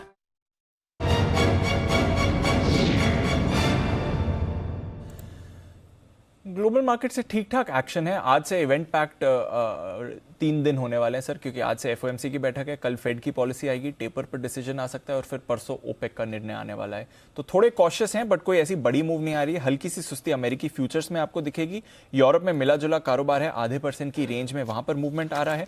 एशिया में हमने थोड़ी सुस्ती देखी, जहां पर चीन थोड़ा ज्यादा गिरा था, बट हांगकांग और निक्के में मामूली सी गिरावट आपको आती हुई दिखी। कच्चा तेल $85 के ऊपर ही ट्रेड कर रहा है सर, क्या करना है? दीप 18,000 जल्दबाजी में पार नहीं होगा, तो 17,950 18,000 की रेंज में अगर आता है आखिरी एक घंटे में, तो वहां पर प्रॉफिट बुक करें, बिकवाली करें। 17,800 850 की रेंज में आता है तो खरीदारी करें। 17,800 के नीचे खराब हो जाएंगे वापस जी, ठीक है। फिर आपके लिए 17,600 और 17,500 तक का रास्ता खुल जाएगा अगर 17,800 हम तोड़ देते हैं तो। 18,000 के पार निकल कर टिक गए तो फिर आपके लिए 18,200 का, तो 17,600 17,800 18,000 अभी जो रेंज है, इस रेंज के किसी भी तरफ बाहर निकलेंगे तो 200 पॉइंट का मूव का तैयारी होता हुआ दिखेगा। तो इसलिए सतर्क रहे, सावधान रहे। 17,900 बीचों बीच मेक और ब्रेक लेवल है। 34 लाख शेयर पुट में है, 39 लाख शेयर कॉल्स में है। डन, ठीक है। तो कोई मतलब डेटा एकदम अच्छा। 18,000 पार नहीं होगा, अब आप कितना ही जोर लगाओ, अभी कम से कम आज तो नहीं होगा। 1 crore 4 lakh share call writer से खतरनाक कॉल राइटिंग हुई है और तगड़ी वाली हुई कॉल राइटिंग। तो 18,000, तो इसलिए 17,950 18,000 में प्रॉफिट बुक करना है, 17,800 850 में खरीदना है। अंडरस्टूड। अगर 17,800 तोड़ते हैं तो 200 पॉइंट नीचे के लिए तैयार हो जाइए। 18,000 पार करते हैं तो 200 पॉइंट ऊपर के लिए तैयार हो जाइए। ठीक है, क्लियर है। नहीं तो तब तक यही वही वाला टाइम पास जो हो ही रहा है। ठीक है। बैंक निफ्टी 39,500, ठीक है, स्ट्रॉन्ग सपोर्ट है, टूटेगा नहीं। 40,000 मेक और ब्रेक लेवल है। 40,000 के पुट पे 20 लाख शेयर हैं, कॉल्स में 30 लाख शेयर हैं।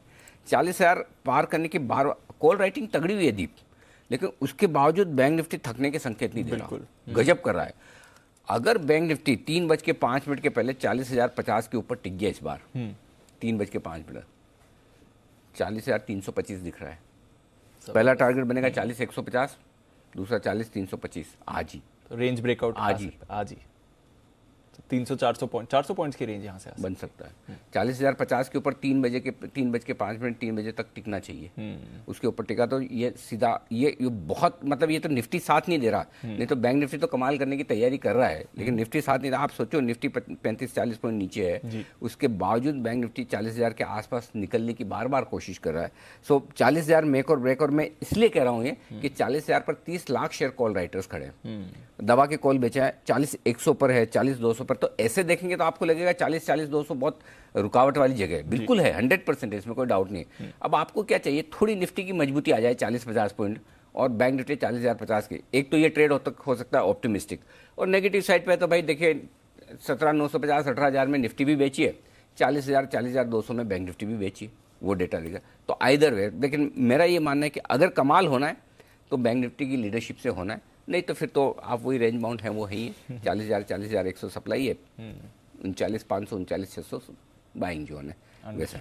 ठीक है, तो ये है। और अच्छा एक और चीज़ यहाँ पे ये बताना चाहता हूँ, ये क्यों मैं इस बैंक निफ्टी में थोड़ा पॉजिटिव साइड पर क्यों, जबकि वो बड़े लेवल के पास में, उसकी रीज़न ये है कि दीप रेंज के लोअर एंड पे ट्रेड नहीं कर रहा जी, रेंज के हायर एंड पे ट्रेड कर रहा है, ये आप देखिए। और निफ्टी रेंज के मिडिल में ट्रेड कर रहा है। एग्जैक्टली। तो इसलिए चांस ऊपर के बन रहे हैं, लेकिन अब वही है कि आखिरी 1 घंटे में क्या कुछ होता है देखते हैं। चलिए, तो बैंक निफ्टी पर ज्यादा भरोसा आ रहा है, और इंपॉर्टेंट लेवल्स अगर बैंक निफ्टी क्रॉस करेगा तो और बड़ी तेजी आपको इस पर आती हुई दिखेगी। चलिए एक ट्रेडिंग कॉल ले लेते हैं सुमित जी की तरफ से। बिगुल सुमित के सुपरहिट।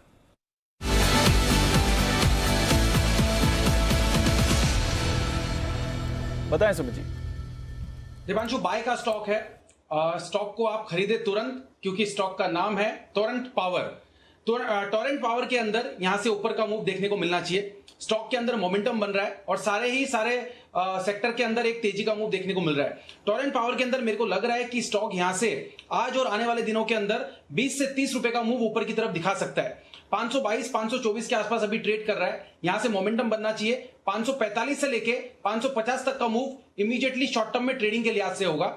नीचे में 505 रुपया 503 रुपया ये सपोर्ट लेवल है, तो 503 के स्टॉप लॉस से खरीदारी करें टोरेंट पावर 545 से 550 के टारगेट्स के लिए।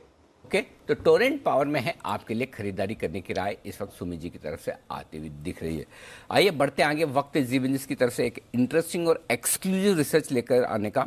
पावर सेक्टर के ऊपर एक बेहतरीन रिसर्च तैयार की है वरुण ने। वरुण बताएंगे किन पावर कंपनियों के लिए थोड़ा मुश्किल भरा मामला है, किन कंपनियों के लिए थोड़ा सा नेगेटिव आता हुआ दिख रहा है, जबकि पावर सेक्टर वैसे बड़ी सुर्खियों में, स्टॉक्स भी बड़े तेज दौड़ लगाते हुए दिखे हैं, लेकिन वरुण थोड़ा सा उनकी आशाओं पर ठंडा पानी फेरने के मूड में, राइट? डेफिनेटली अनिल जी, ठंडा पानी मतलब धुल गए ये तो। बर्फी डालेंगे सीधा, ठंडा पानी नहीं, आइसक्रीम हिमालय वाली। अच्छा, ओ बताइए।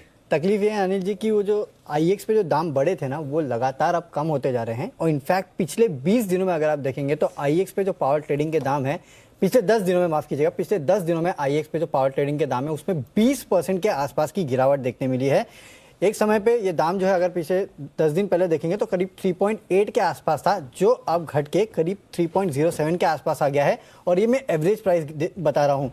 अगर आप अभी का रिसेंट प्राइस देखेंगे ना, 2:30 बजे से 2:45 बजे का, तो ये है करीब 2.7 के आसपास, और कम हो गया है। और दिन भर के दौरान ये लगातार कम होते जा रहा है। सबसे बड़ी तकलीफ तो ये है, ये सुबह था 3.2 3.3 के आसपास, अब अगर आप देखेंगे तो ये कम होके 2.7। दाम कम हो रहे हैं, वॉल्यूम कम हो रहे हैं? दाम वॉल्यूम भी हो रहे हैं। वॉल्यूम के बारे में तो आपको बताऊंगा मैं, पहले दाम के बारे में बता रहा हूं। दाम मतलब पावर के जो दाम एक्सचेंज पे ट्रेड होते हैं वो धीमे धीमे कम होते हैं। और क्यों मैं आपको बता रहा हूं दाम, क्योंकि मैं लाइव देख रहा हूं सामने दाम। ओके, 2.79 के आसपास आ चुके दाम। इस तरह की लगातार गिरावट है। ये वही दाम है क्या जो 2 हफ्ते पहले 16 के आसपास, 16 के आसपास थे, राइट। 16 वाले 3 के नीचे, 3 के नीचे आ चुके हैं। यानी कि आप हाई से अगर आप देखेंगे ना अनिल जी, तो 80% तो मैंने वो 3 रुपए जब था तब मैंने ग्राफिक्स बनाए थे। अगर आप अभी देखेंगे तो 85% आपके दाम स्वैप हो चुके हैं, खत्म। गॉड, तो जो बिटकॉइन जैसे आ बिटकॉइन में जिस तरह से दाम ऐसे उड़ते हैं उस तरह के, मतलब 16 वाले दाम 3 के नीचे, 3 के नीचे आ चुके हैं, 2.5 के आसपास पहुंच चुके हैं दाम। और सिर्फ दाम नहीं बल्कि वॉल्यूम्स भी अगर आप देखेंगे ना, तो पिछले 10 दिनों में ट्रेडिंग वॉल्यूम जो डे हाइड मार्केट इसमें होता है, उसके वॉल्यूम्स में करीब 24% के आसपास की गिरावट आई है। एक समय पे ये 10 दिन पहले अगर आप देखेंगे तो करीब 223 मिलियन यूनिट के आसपास थे, जो अब कम होकर 169 के आसपास आ चुके हैं। और पीक से अगर आप देखेंगे तो पीक पे 285 मिलियन यूनिट के आसपास थे। तो वहां से 100 मिलियन यूनिट, 2,85,000 यूनिट से घटकर 1,70,000 आ गए। डेफिनेटली, यानी 50% दाम वॉल्यूम भी घट गया। वॉल्यूम घट गया, 50% वॉल्यूम घट गया और प्राइस तो पूछे 80%। 85, अनिल जी 85 गिन लो, अभी का दाम तो और कम हो गया। तो इसका मतलब तो एक्सचेंजेस के वॉल्यूम में सीधा इम्पैक्ट, सीधा इम्पैक्ट। बट अनिल जी ये स्टोरी सिर्फ एक्सचेंज तक लिमिटेड नहीं है। Then? ये आगे पावर कंपनीज को भी इम्पैक्ट कर रही है। अब ये दाम वैसे तो गिरे क्यों, आप समझिए। पंजाब ने कह दिया है कि हम सीधे अपने पावर के दाम घटा रहे हैं। 3 रुपए से घटा दिए उन्होंने, मेन बेस जो पावर के दाम है उसको 3 रुपए कम कर दिए। और ये तो अलग अलग स्लैब वाइज कम किए, लेकिन मैं आपको इनिशियल बता रहा हूँ कि 3 रुपए इन्होंने दाम कम कर दिए हैं। अब हुआ ये था, आपको याद होगा कुछ समय पहले गुजरात और पंजाब, ये 2 स्टेट्स थे जिन्होंने मुंद्रा पावर से दरअसल पावर खरीदने के लिए कुछ हफ्तों या महीने का एग्रीमेंट किया था। अब गुजरात पहले ही बोल चुका है कि अब हम नहीं खरीदना चाहते, हमको जो पावर चाहिए था वो मिल चुका है। इसके अलावा पंजाब भी अपने रेट्स कम कर रहा है और पंजाब कह रहा है कि हमें भी मुंद्रा पावर की जरूरत नहीं है और हमें यहाँ से पावर लेने की कोई भी जरूरत नहीं है। तो ये नेगेटिव। बाकी आपके टाटा पावर और अडानी पावर जैसी कंपनी जो कि मुंद्रा में काम करती है और जिनको काफी फायदा होने की बात की जा रही थी, क्योंकि कोल इंपोर्ट करते थे और इनका कारोबार नहीं चल रहा। पंजाब और गुजरात 2 को पावर की शॉर्टेज ज्यादा, मुंद्रा से पावर मांग रहे थे। उन्होंने किया भी था, कुछ हफ्तों का एग्रीमेंट कर लिया था और अच्छे खासे अडानी है और टाटा पावर। ठीक है, तो जो रेट्स पे किया था ना जी, वो 4-5 रुपए के आसपास किया गया था। ओके, अब गुजरात ने तो पहले बोल दिया अब हमको नहीं चाहिए, अब आप रखो, नहीं चाहिए, अब हमको आपका पावर नहीं चाहिए, हमारे पास पावर पर्याप्त है। अच्छा। पंजाब भी कह रहा है हमको पावर नहीं चाहिए और हमने तो 3 रुपए दाम और घटा चुके हैं।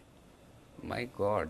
तो जो पावर की शॉर्टेज की बातें चल रही थी वो स्टोरी तो खत्म हो चुकी है, लेकिन दाम कम हो रहे हैं और वॉल्यूम कम हो रहे हैं, ये सबसे बड़ी बात है।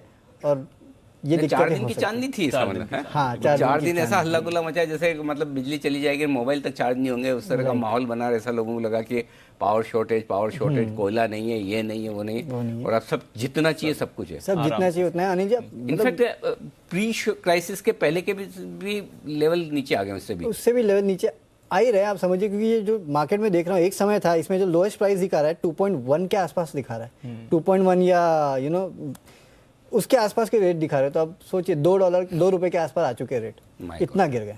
तो चलिए, ये है नेगेटिव खबर कुछ हद तक एक्सचेंजेस के लिए जो पावर ट्रेडिंग का काम करते हैं और कुछ हद तक पावर कंपनियों के लिए जो पावर सप्लाई का काम करते हैं, Tata power, Adani power, IEX, ये 3 कंपनियों के लिए थोड़ा इसमें जी क्लियरिंग प्राइस मैंने आपसे कहा था ना कल पर, इसमें भी सर वो टिक बाय टिक इतना गिरावट की वजह क्या है फिर? अनिल जब एक्सेस है ना आपके पास पावर, तो आपको चाहिए कि वो टाइम पे ऐसा था कि शॉर्टेज हुई थी तो उस टाइम पे आपको जरूरत थी तो आपकी डे हेड मार्केट में ट्रेडिंग हुई। अब तो कोई ट्रेड भी नहीं कर रहा है, सबके एक पास बार चोपड़ा साहब है। से राय ली जाए। चोपड़ा साहब, ये अचानक से पावर सरप्लस और पावर के दाम तेजी से घटे हैं, वॉल्यूम्स तेजी से घटते हुए दिख रहे हैं, कैसे देख रहे हैं आप इन शेयरों को, और क्या पावर कंपनियों पर फिर नेगेटिव असर पड़ेगा? क्योंकि ऐसा लग रहा था कि इनका दमदार प्रॉफिट आएगा, लोगों ने गिन लिए कि इतने इतने इतने प्रॉफिट बन जाएंगे, ऐसा तो कुछ होता दिख नहीं रहा है।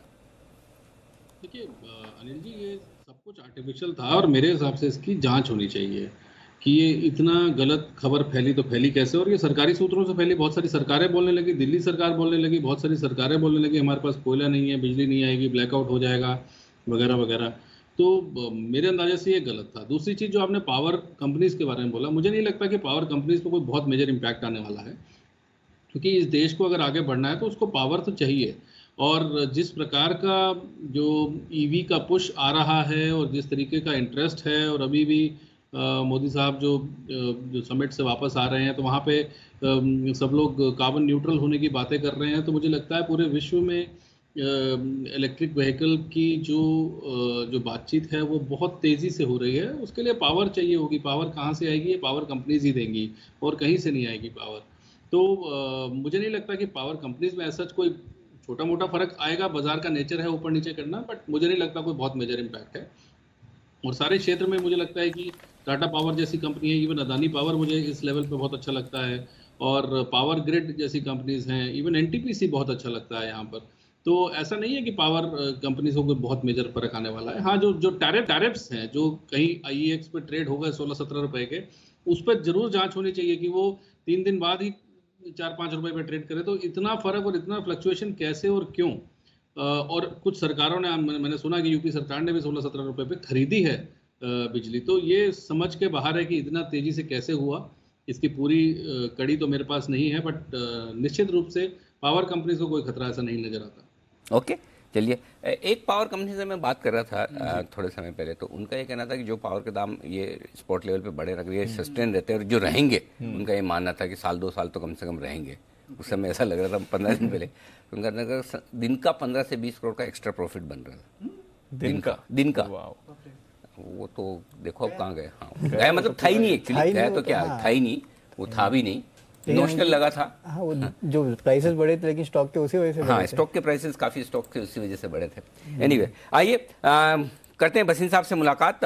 2:45 या 2:50 हो चुके हैं। आइए बसीन साहब से वक्त है बसीन के हसीन share.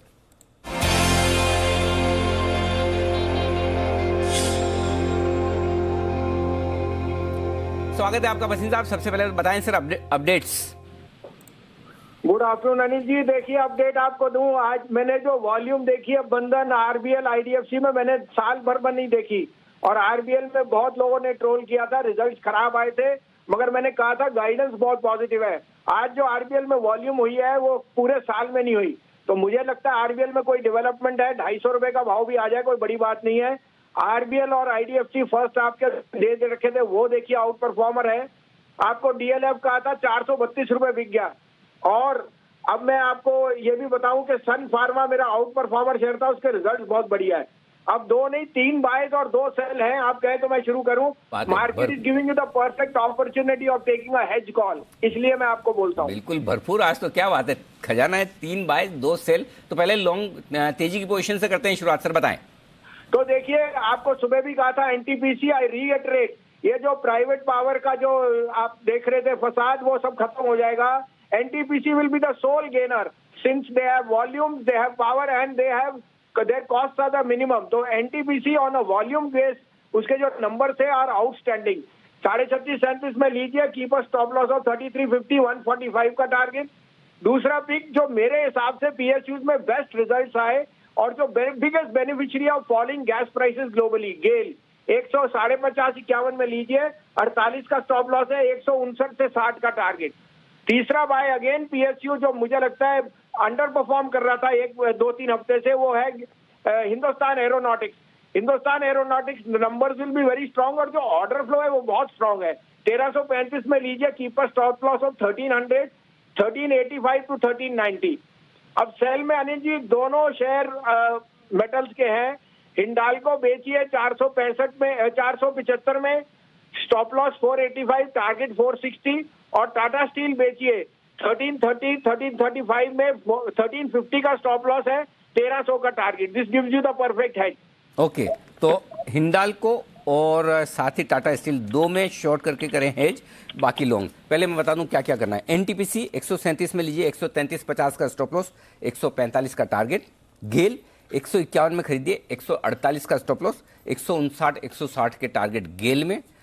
Hindustan aeronautics limited HAL 1335 में लीजिए, 1300 का स्टॉप लॉस, 1385 1390 के टारगेट। 3 बाय कॉल्स हो गए आपके लिए। शॉर्ट साइड पर हिंडाल्को बेचिए 475 में, 485 का स्टॉप लॉस और 460 का टारगेट। टाटा स्टील बेचिए 1330 1335 में, 1350 का स्टॉप लॉस, 1300 तक के टारगेट के लिए। बहुत बहुत शुक्रिया भसीन साहब, ये बेहतरीन पिक्स हमारे दर्शकों को देने के लिए। आज 3 बाय 2 सेल 5 पिक्स हैं भसीन साहब की तरफ से। कल सुबह फिर होगी आपसे मुलाकात। बेहतरीन कॉल्स भसीन साहब की तरफ से। थोड़ा मेटल्स में आज हम मुनाफा वसूली आते हुए देख रहे हैं, पर उसके सामने बैंक्स, फाइनेंशियल्स, यहाँ पर बढ़िया रुझान है। आइए एक बिगुल चार्ट कॉर्नर का राकेश जी, कुणाल जी के लिए।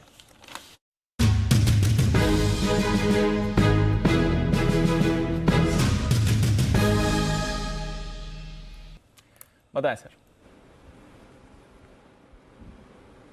दिवांशु, एक स्टॉक जो एक अच्छी करेक्शन के बाद, कंसोलिडेशन के बाद दोबारा चोरी चलने को तैयार हो रहा है, वो है टाइटन। धनतेरस हो और टाइटन की बात ना हो, ऐसा नहीं हो सकता है। टाइटन के अंदर भी एक पॉजिटिव क्रॉसओवर देखने को मिला है लीडिंग इंडिकेटर्स पर, और जिस तरीके का टेक्निकल स्ट्रक्चर है, ये स्टॉक एक डिसेंट उछाल दिखाने का दमखम रखता है। ओवर टू कुणाल जी।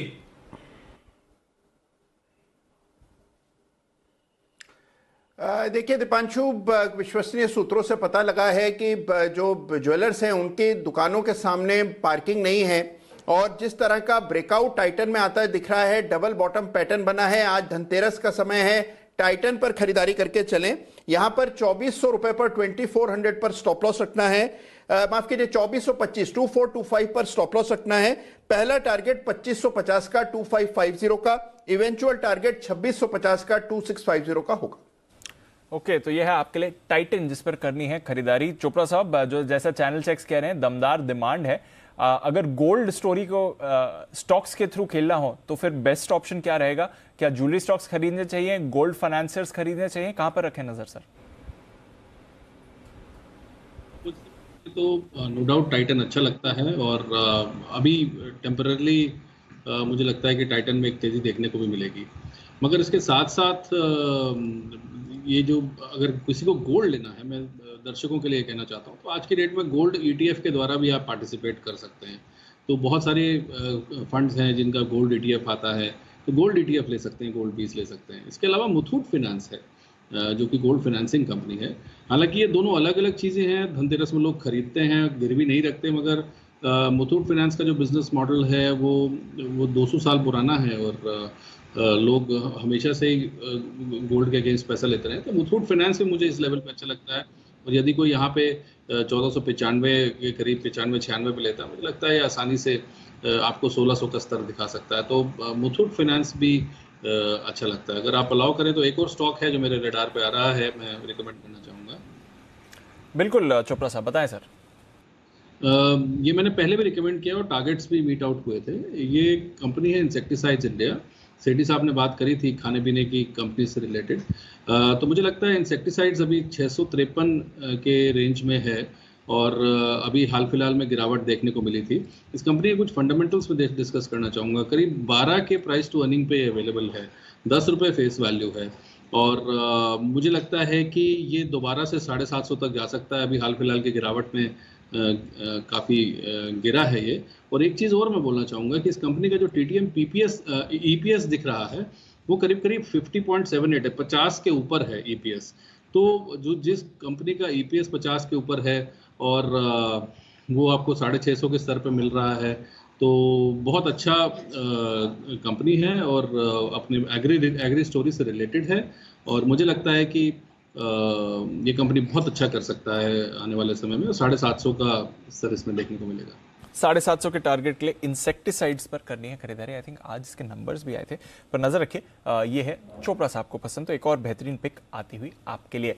एक स्पेस जिस पर हमारा लगातार फोकस रहा है, आज हमने मैनेजमेंट से भी इसके बारे में कुछ और जाना था। टेक्सटाइल सेक्टर लगातार एक्शन में आ रहा है और कुछ और नए ट्रिगर्स हैं जिसकी वजह से इस सेक्टर पर आपको रखना है खास फोकस। आइए जानते हैं इसके बारे में मानसी के साथ। मानसी बताएं क्या चल रहा है टेक्सटाइल्स में। बिल्कुल, शुक्रिया दीपांशु। टेक्सटाइल स्पेस में वैसे तो कई सारी खबरें हैं और सारी खबरें पॉजिटिव आ रही है, लेकिन एक एक कर अगर कोई कंसर्न भी आ रही है तो वो भी मैं आपके सामने रखना चाहती हूँ। तो सर, एक खबर जो है वो पॉजिटिव है और एक खबर जो है वो एक कंसर्न है। सर, पहले कौन सी बताऊं?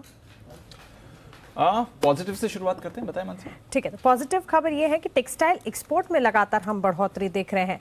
FY22 में होम टेक्सटाइल एक्सपोर्ट में 20% की बढ़ोतरी देखने को मिलेगी, ऐसा क्रिसिल की एक रिपोर्ट में बताया गया।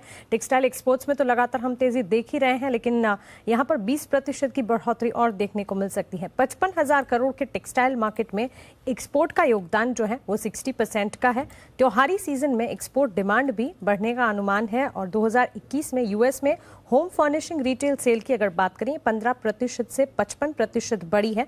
2019 के प्री पैंडेमिक लेवल्स के पहले की बात मैं करूं, वहां से अब आगे बढ़कर ये 55% तक बढ़ती हुई दिख चुकी है। अब कौन सी प्रोडक्ट्स हैं जो लार्ज स्केल पर एक्सपोर्ट होती हैं भारतीय बाजार से? Terry towel, bedsheet, spreads, pillow cover, curtain, rugs and carpets, ये सारी चीजें हैं जिसकी एक्सपोर्ट में काफी ज्यादा बढ़ोतरी होती हुई दिख रही है। और जो कंसर्न की मैं बात कर रही हूँ वो कंसर्न भी इसी के साथ कनेक्टेड है। कंसर्न है कॉटन प्राइस में जो लगातार बढ़ोतरी हम देख रहे हैं, इसे एक दो धारी तलवार की तरह ही समझना होगा, क्योंकि कॉटन प्राइस का बढ़ना पॉजिटिव टेक्सटाइल प्रोडक्ट्स के लिए या टेक्सटाइल कंपनियों के लिए इसलिए है कि प्रोडक्ट्स के दाम बढ़ते हुए दिखेंगे। ऑफ कोर्स रॉ मटेरियल के दाम बढ़ रहे हैं तो, और पास ऑन टेक्सटाइल कंपनियां करेंगी कंज्यूमर्स को, तो इस तरह से प्रोडक्ट्स के दाम और इवेंचुअली कारोबार बढ़ता दिखेगा।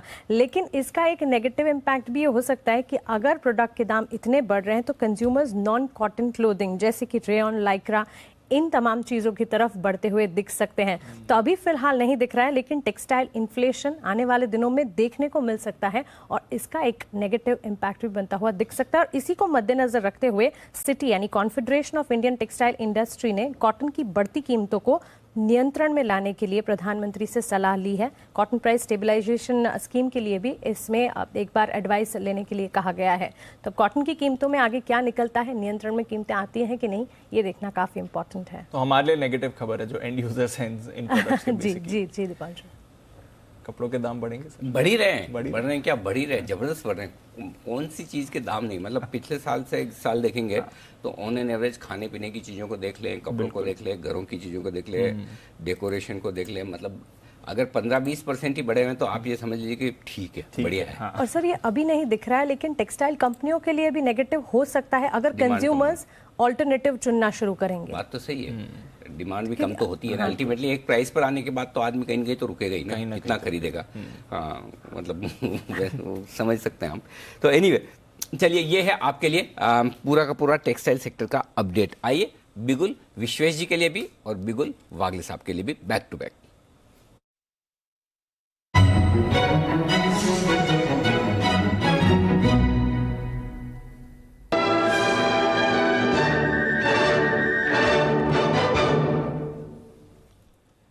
विश्वेश जी करिए शुरुआत। अनिल जी देखिए, खरीदारी करनी है फेडरल बैंक के 100 रुपीज़ के कॉल ऑप्शन में जो भी 5 रुपये 60 पैसे के आसपास मिल रहा है। अनिल जी यहाँ पे 3 रुपये का स्टॉप लॉस रखना है और 10 रुपये, मतलब 8 रुपये और 10 रुपये के टारगेट होंगे। लॉजिक बड़ा सा सिंपल है, against all the private sector bank ये परफॉर्म कर रहा है, बैंक निफ्टी को भी आउट परफॉर्म कर रहा है। 100 के कॉल में अनिल जी एक मेमथ ओआई है राउंड अबाउट 92 लाख शेयर्स, और इस हिसाब से ये कंफर्टेबली 100 को ब्रीच कर रहा है। मुझे लगता है अनवाइंडिंग आएगी, स्टॉक 110 की ओर जा रहा है। तो लास्ट एक्सपायरी में अनिल जी अगर याद हो तो हमने कैनरा बैंक 165 में दिया था 200-240 के टारगेट के लिए। मुझे लगता है ये सीरीज़ में फेडरल बैंक को नज़र में रखना चाहिए। 110 कंजर्वेटिवली पहला टारगेट होगा, तो 100 का कॉल ऑप्शन खरीदिए 5 रुपये 6 रुपये की रेंज में, 3 का स्टॉप लॉस, 8 रुपये और 10 रुपये के टारगेट। ओके, तो फेडरल बैंक कॉल ऑप्शन की राय विश्वेश जी की तरफ से। वागले साहब आप बताएं सर, आपकी क्या स्ट्रैटेजी रहेगी? दीपांशु, मेरा 108 का टारगेट रहेगा, 102 का करंट भाव है, यहाँ पर बाय करे, 101 तक ऐड करे, 100 के नीचे जाएगा काट ले, 100 के नीचे स्टॉक जाना ही नहीं चाहिए, और 108 110 तक के टारगेट्स मैं कल के दिन में देख रहा हूँ। 108, 110 तक के टारगेट्स आपको फेडरल बैंक पर आते हुए दिखेंगे, तो आप चाहें तो फ्यूचर्स में ट्रेड कर लीजिए, वरना आपको लिए ऑप्शन की भी स्ट्रैटेजी विश्वेश जी ने दी है। बट राय क्लियर है विश्वेश जी, वागले साहब दोनों की तरफ से कि फेडरल बैंक इस पर आपको बढ़िया एक्शन बनते हुए दिख सकता है। नजर रखिए, फेडरल, बंधन, आरबीएल, ये सारे मिड कैप बैंक्स में एक बढ़िया रुझान बनते हुए दिख रहा है। इसके सामने कल का टॉप गेनर इंडसइंड बैंक, जिसमें हमने 8-9% की तेजी कल के ट्रेड में देखी थी, आज ये थोड़ा सुस्ती दिखा रहा है, बल्कि इंडसइंड बैंक आज 1-1.5% नीचे है। सुमित जी, कल की तेजी के बाद आज थोड़ा कंसोलिडेट हो रहा है, ये वापस एंट्री के मौका है इंडसइंड बैंक में, या क्या करना चाहिए इस पर? दिवांशु, आज मार्केट्स में भी थोड़ा सा साइडवेज मूव देखने को मिल रहा है और थोड़ा सा कल की एक अच्छी तेजी के बाद साइडवेज ट्रेड इंडेक्स में भी देखने को मिल रहा है। तो मेरे को लग रहा है ऐसे ही स्टॉक स्पेसिफिक मूव आ रहा है। तो जहां तक इंडसइंड बैंक का सवाल है, 1200 के ऊपर जब तक ये सस्टेन करता है कोई दिक्कत नहीं है, पोजीशन होल्ड करें। 1225, 1230 का लेवल जैसे ही ब्रेक करेगा तो इसमें मोमेंटम और बढ़ेगा और फिर स्टॉक में ऊपर में 1300, 1350 रुपए तक के लेवल आने वाले दिनों में देखने को मिल सकते हैं। तो फिलहाल पोजीशन होल्ड करें और ब्रेकआउट आने दे, उसके बाद फ्रेश बाय बनेगा। ओके, तो ये है आपके लिए इंडसइंड बैंक पर राय। इस वक्त बाजार फिर से थोड़ा सा नीचे आते हुए दिख रहा है, 18,900 के ऊपर टिक नहीं पा रहा निफ्टी, और इसी वजह से बैंक निफ्टी को भी 40,000 के ऊपर टिकने में मुश्किल आ रही है, वहीं जाकर थोड़ी सप्लाई आ जाती है। तो आइए, 3 बज चुके हैं, वक्त है बैन से बेनिफिट का।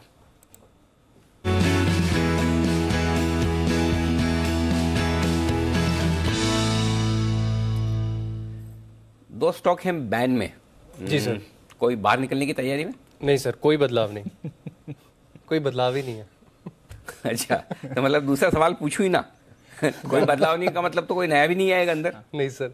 आप यहाँ आए किस लिए?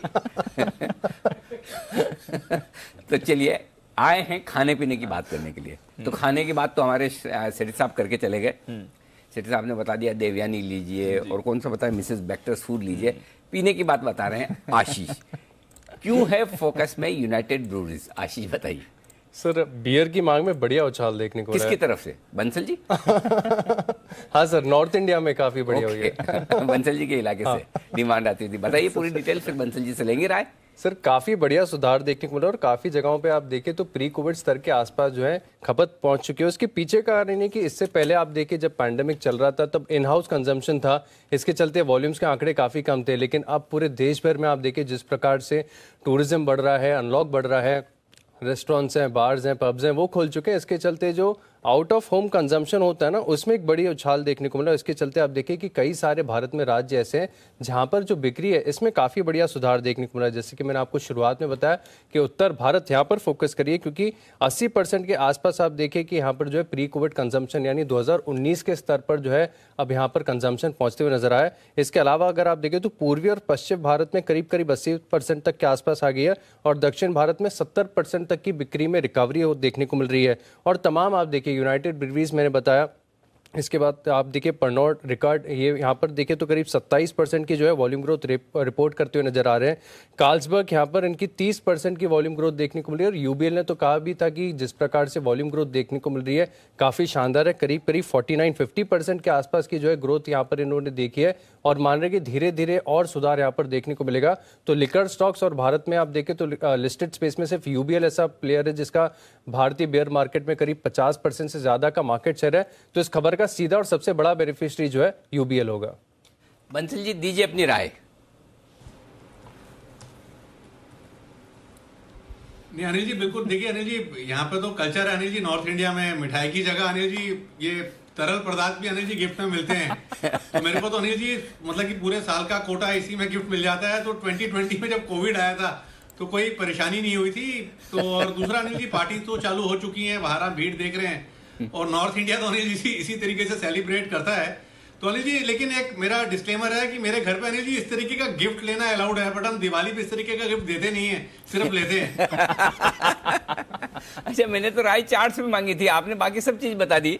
ये फंडामेंटल राय तो मुझे चोपड़ा साहब से लेनी थी कि बियर की डिमांड इतनी स्ट्रांग क्यों है और उसका असर क्या शेयर पर पड़ेगा। तो जब तक आपने चार्ट तो देखा नहीं, आप तो बाकी सब चीजें देख रहे थे। अब चार्ट देखकर तैयार रखिए, तब तक मैं चोपड़ा साहब से मुलाकात कर गया था। चोपड़ा साहब बताएं सर। इसमें जो 2-3 चीज़ें बोली गई, पहली चीज़ कि जो रिवेंज टूरिज्म शुरू हुआ है वो एक बहुत बड़ा फैक्टर है, रेस्टोरेंट्स का खुलना बहुत बड़ा फैक्टर है। और जो बंसल साहब ने भी बोला कि पार्टी कल्चर दोबारा से शुरू हो गया, पहले तो लोग मिल नहीं रहे थे तो अब पार्टीज दोबारा शुरू हो गई हैं। तो ज़्यादा कंजम्पशन घरों में बैठ के अकेले आदमी नहीं पी पाता है इतना।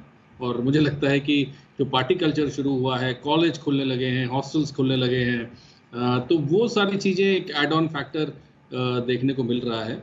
और मेरा ये मानना है कि जो मैंने पहले भी मेरे ख्याल से लास्ट वीक हमारा बातचीत हुआ था कि जो ये कंपनी है वो रॉयल चैलेंजर्स बैंगलोर का भी वो रखती है, स्टेक रखती है, तो वो भी एक कारण है। और उसके अलावा मुझे लगता है कंजम्पशन जो है वो बढ़ेगा। आगे सर्दियां आ रही हैं और सर्दियों में जनरली बियर नहीं तो जो हार्ड ड्रिंक्स होती हैं, दूसरी लिकर्स होती हैं, वो ज़्यादा इस्तेमाल होती हैं एज़ कम्पेयर टू गर्मियों में। तो वो कंजम्पशन भी मुझे लगता है स्टेबल रहेगा या बढ़ेगा। तो ओवरऑल ये टूरिज्म थीम से, ट्रैवल थीम से, बिजनेस थीम से और अनलॉक थीम से जुड़ी हुई खबर है। और मुझे लगता है कि कंजम्पशन अच्छी होनी चाहिए आने वाले 1-2 महीने में। अच्छी कंजम्पशन होनी चाहिए और हर तरह की कंजम्पशन पर निगाह रहती ही है, तो इसलिए आप नज़र रखिए यूनाइटेड ब्रूअरीज पर और यूनाइटेड स्पिरिट्स जैसे काउंटर पर भी। बंसल जी, आप चार्ट्स पर भी राय दे रहे थे sir. United breweries important levels क्या रहेंगे सर अब? देखिए दीपांशु, बेहतरीन टेक्निकल स्ट्रक्चर है और स्टॉक कंसोलिडेट कर रहा है, ऊपरी स्तरों पे राउंडिंग बॉटम बना रहा है। तो यहाँ छोटे लेवल नहीं देखने चाहिए। 1615, 1618 एक अहम सपोर्ट है। इसके नीचे की क्लोजिंग आए तब कुछ डिस्टॉर्शन होगा, ऐसे स्टॉक ऊपर जाके करेक्शंस भी शार्प मारता है, तो इसको बाय एंड होल्ड करना चाहिए जब तक 1618 के लेवल नीचे में नहीं टूट जाए। ये स्टॉक अल्टीमेटली 1820, 1850 की तरफ जा रहा है। ओके, 1820, 1850 की तरफ जा रहा है। और टूरिज्म ट्रैवल की भी बात निकली है, रिवेंज टूरिज्म की भी बात करी चोपड़ा साहब ने। एक स्टॉक जो काफी क्लोजली कनेक्टेड है इससे, वीआईपी इंडस्ट्रीज, इस पर अभी एक सडन स्पाइक आते हुए दिखा है। सुमित जी जरा नजर डालें वीआईपी इंडस्ट्रीज के चार्ट पर सर, एक स्पाइक आया है, क्या चल रहा है सर इसमें? मोमेंटम तो बना है दीपांशु वीआईपी के अंदर। वीआईपी के अंदर मेरे को लग रहा है कि पोजीशंस होल्ड करें जिन्होंने पोजीशंस बना रखी है, और अगर कोई भी डिप आता है तो फ्रेश खरीदारी भी कर सकते हैं। और स्टॉक के अंदर यहां से मेरे को लग रहा है ऊपर में जैसे ही 570 का लेवल ब्रेक होगा, 570, तो उसके बाद मोमेंटम और बनेगा और फिर स्टॉक के अंदर 600 रुपए तक के लेवल एक वीक के अंदर देखने को मिल सकते हैं। तो पोजीशंस होल्ड करें, डिप आता है तो खरीदारी करें। 570 के ऊपर 600 प्लस के लेवल जल्दी देखने को मिल सकते हैं। ओके, तो 570 के ऊपर 600 के लेवल्स के लिए वीआईपी इंडस्ट्रीज पर रखिए नजर। अच्छा एक्शन इसमें आ रहा है। एक और चार्ट जहां पर आपको अच्छा स्पाइक आते हुए दिख रहा है, एनबीसीसी, उस पर भी रखिए नजर। अभी अभी एक मूव एनबीसीसी पर भी आई है। कुणाल जी जरा एनबीसीसी का चार्ट देखें सर, 46 का लेवल, अभी एक स्पाइक आती हुई दिख रही है। बिल्कुल आता हुआ दिख रहा है दीपांशु। नीचे के लेवल्स पर 44 पर एक सपोर्ट था, वहीं से बाउंस आ रहा है और मुझे लगता है थोड़ा और कैरी कर सकता है। यहां पर 47 हाफ तक के लेवल्स भी देखने को मिल सकते हैं। तो मेरी राय में जो स्पाइक आ रहा है ये एक पुल बैक में कन्वर्ट हो सकता है, लेकिन कोई खरीदारी की राय नहीं है। मुझे लगता है वेट एंड वॉच करें, बाजार में और बहुत बेहतर विकल्प दिखाई दे रहे हैं, तो एनबीसीसी में थोड़ा वेट करने की राय। एनबीसीसी में थोड़ा वेट करने की राय है। मजगांव डॉक, इस पर भी रखिए नजर, सुबह से ही काफी एक्टिव है और इस समय और मोमेंटम दिखा रहे हैं। विश्वेश जी जरा इसके चार्ट आप देखें। मजगांव डॉक 6.5% के अपमूव 276 के लेवल पर इस समय। मेरे हिसाब से दीपांशु बहुत ही अच्छा चार्ट है। मतलब मैं ये कहूँगा कि अगर थोड़ी देर पहले मेरी नज़र गई होती तो शायद इसे भी मैं रिकमेंड कर सकता था धनतेरस के लिए। तो consider as a second pick. मुझे लगता है 260 के स्टॉप लॉस से अगर यहाँ फ्रेश खरीदारी करते हैं तो मुझे लगता है 300 पहला टारगेट होना चाहिए, 340 दूसरा टारगेट होना चाहिए। Very beautiful cup and handle formation. Last week का जो डिक्लाइन था that has been bought by very strong hands. और यहाँ पे अगर आप दीपांशु देखेंगे तो स्टार्ट ऑफ द ईयर में बहुत अच्छा मूव आया था विद अ ह्यूज वॉल्यूम। मुझे लग रहा है that move is showing some sort of a continuation. So यहाँ पे स्टॉक को खरीद के रखना चाहिए, फ्रेश एंट्री कर सकते हैं। 300-340 टारगेट एक्सपेक्टेड है। ओके, तो ये है आपके लिए मजगांव डॉक पर राय इस वक्त आती हुई दिख रही है। एक और स्टॉक जो बड़े एक्शन में आ रहा है वो है IDBI bank. Sumit ji, IDBI bank के चार्ट देखिए, दीजिए अपनी राय।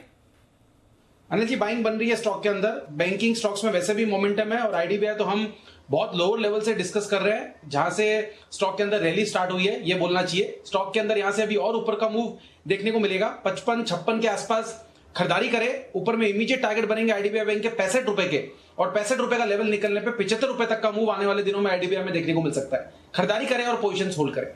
ओके, खरीदारी करें, पोजीशन होल्ड करें। आईडीबीआई बैंक में 65 रुपए तक गया था, वहां से एक अच्छा करेक्शन और फिर से बढ़िया तेजी होती हुई दिख रही है। लेकिन मंदी होती दिख रही है एक स्टॉक में और वो है आई इंडस्ट्रीज। अब तो वायदा कारोबार का स्टॉक भी हो चुका है, आज है बेहद कमजोर। क्या है वजह इस तेज गिरावट की कि 7% स्टॉक है नीचे, बता रही हैं देवांशी बताइए।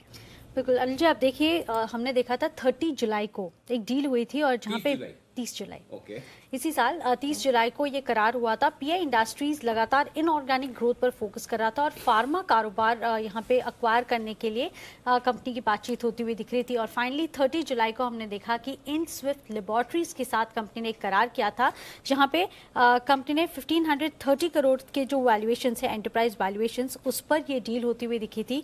जो इनका एपीआई कारोबार है वो खरीदने के लिए ये डील होती हुई दिखी, लेकिन कुछ प्री रिक्विजिट टर्म्स थे, शर्तें थी, लेकिन वो पूरी होती हुई नहीं दिखी थी। माना जा रहा था कि 30 अक्टूबर तक ये पूरा जो डील है वो पूरा होता हुआ दिखेगा और ये जो बिजनेस है वो ट्रांसफर होता हुआ दिखेगा। लेकिन क्योंकि ये शर्तें पूरी नहीं हुई और जो टाइम फ्रेम दिया गया था 30 अक्टूबर तक का, वो भी पूरा हो गया और इसके चलते उन्होंने ये जो करार है वो रद्द कर दिया था। अब आप देखिए, जब ये डील होती हुई दिखी थी, पीआई इंडस्ट्रीज के लिए सबसे ज्यादा पॉजिटिव थी। एनालिस्ट का मानना था क्योंकि इनके पास एपीआई कारोबार आ जाएगा, अच्छी खासी ग्रोथ होती हुई दिखेगी, सिनर्जी बेनिफिट्स बढ़ते हुए दिखेंगे।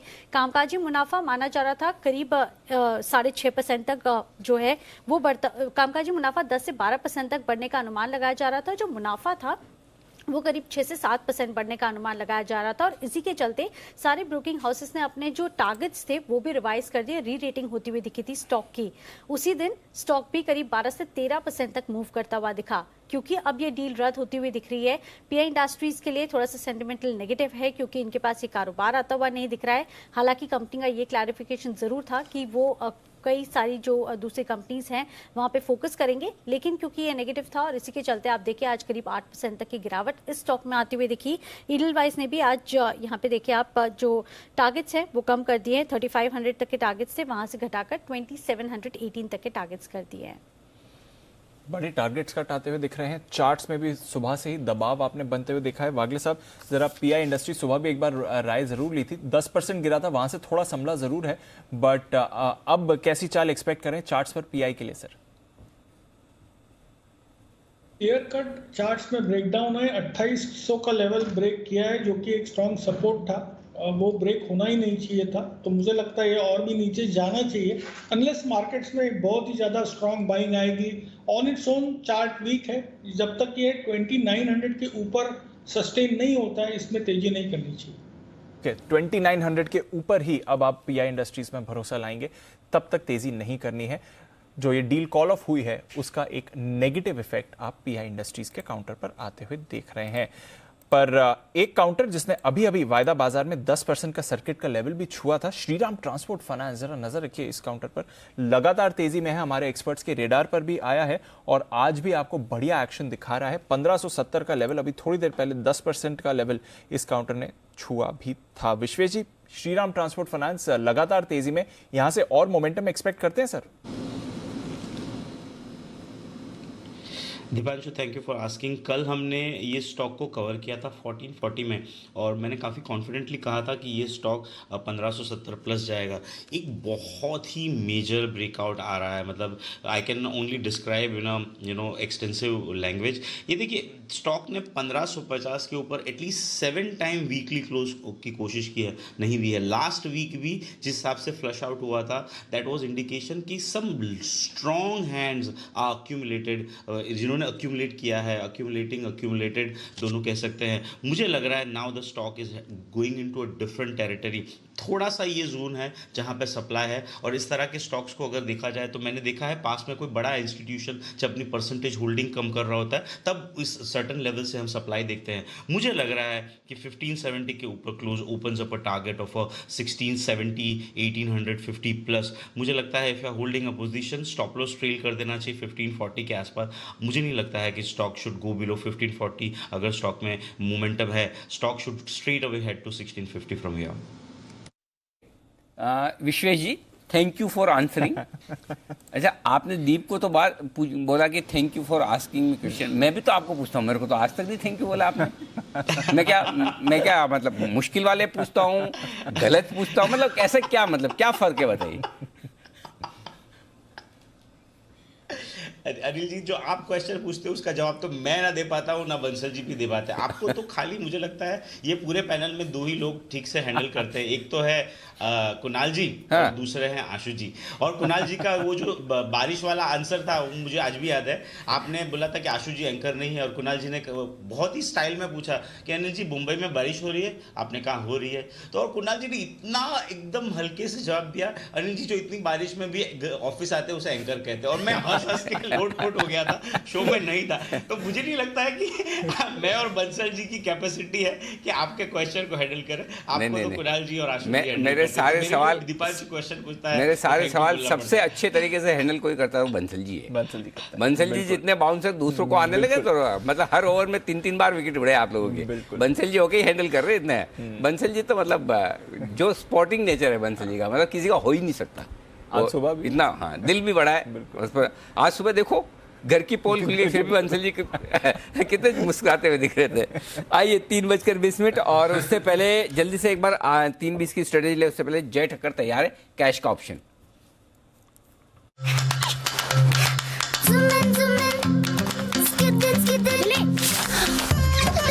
एबिक्स कैश हर खुशी के लिए काफी है।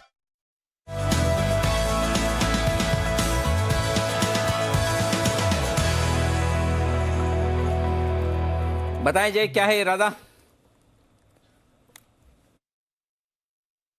जी Anil ji, very good afternoon to you. Anil ji, put खरीदने का इरादा है, 18,000 के स्ट्राइक का पुट ऑप्शन खरीदना है, निफ्टी का 128 पर मिल रहा है अभी ये। इसका अनिल जी स्टॉप लॉस रखना है नीचे में 76 पर, 128 पर खरीदना है, 76 पर स्टॉप लॉस रखना है। यहाँ पे जो फर्स्ट टारगेट बनकर आ रहा है वो 183 का है, सेकंड टारगेट जो बन रहा है वो 215 का है, 215। सो 183, 215 ये 2 टारगेट्स के लिए खरीदे 128 के आसपास। 18,000 के स्ट्राइक का पुट ऑप्शन कल की एक्सपायरी का ही अनिल जी है। अनिल जी, मॉर्निंग में एक स्ट्रैटेजी मैंने दी थी, मैंने यही कहा था कि मार्केट में ये रेंज है 17,850, 18,000 एंड बाय ऑन डिप्स की हमारी स्ट्रैटेजी थी, काफ़ी हद तक सही रही थी और बाउंस आ भी गया था इंट्राडे में और वहाँ पे कम्युनिकेट भी कर दिया था कि एग्जिट कर सकते हैं, बिकॉज वो 130, 120 तक आया और 156-57 तक भी गया था कॉल ऑप्शन। तो वहाँ पे तो एक अच्छी स्ट्रैटेजी चली, बट फिर अभी ये जो सस्टेन नहीं हो रहा है 17,900, 920 की जो रेंज है उसके ऊपर निफ्टी सस्टेन नहीं हो रहा है और इनफैक्ट आज एक नेगेटिव क्लोज दे रहा है। दैट क्लियरली इंडिकेट्स के सेलिंग प्रेशर है हायर लेवल्स पर। बैंक निफ्टी में भी एक अच्छा मूव आया है अनिल जी, एज एंटिसिपेटेड एक अच्छा मूव आ गया वहाँ पे भी। सो आई थिंक वहाँ से थोड़ा बहुत मार्केट फिर से हल्के हो सकते हैं। नीचे में जो स्पॉट लेवल्स में निफ्टी पे देख रहा हूँ, दैट इज 17,750, 800 ये रेंज में निफ्टी नीचे आएगा। सो 100-125 पॉइंट की गिरावट हमें देखने मिल सकती है। ओके, तो यहां से थोड़ी गिरावट आ सकती है। 17,900 के नीचे जो इंडेक्स आया है, जय को लग रहा है यहां से थोड़ी वीकनेस आ सकती है। खरीदारी करें 18,000 के पुट की। पर आइए इंडेक्स पर राय ले लेते हैं, डेटा भी थोड़ा समझ लेते हैं। क्लोजिंग से पहले आपको क्या करके जाना है ये भी जान लेते हैं अनिल जी के साथ मार्केट स्ट्रैटेजी में।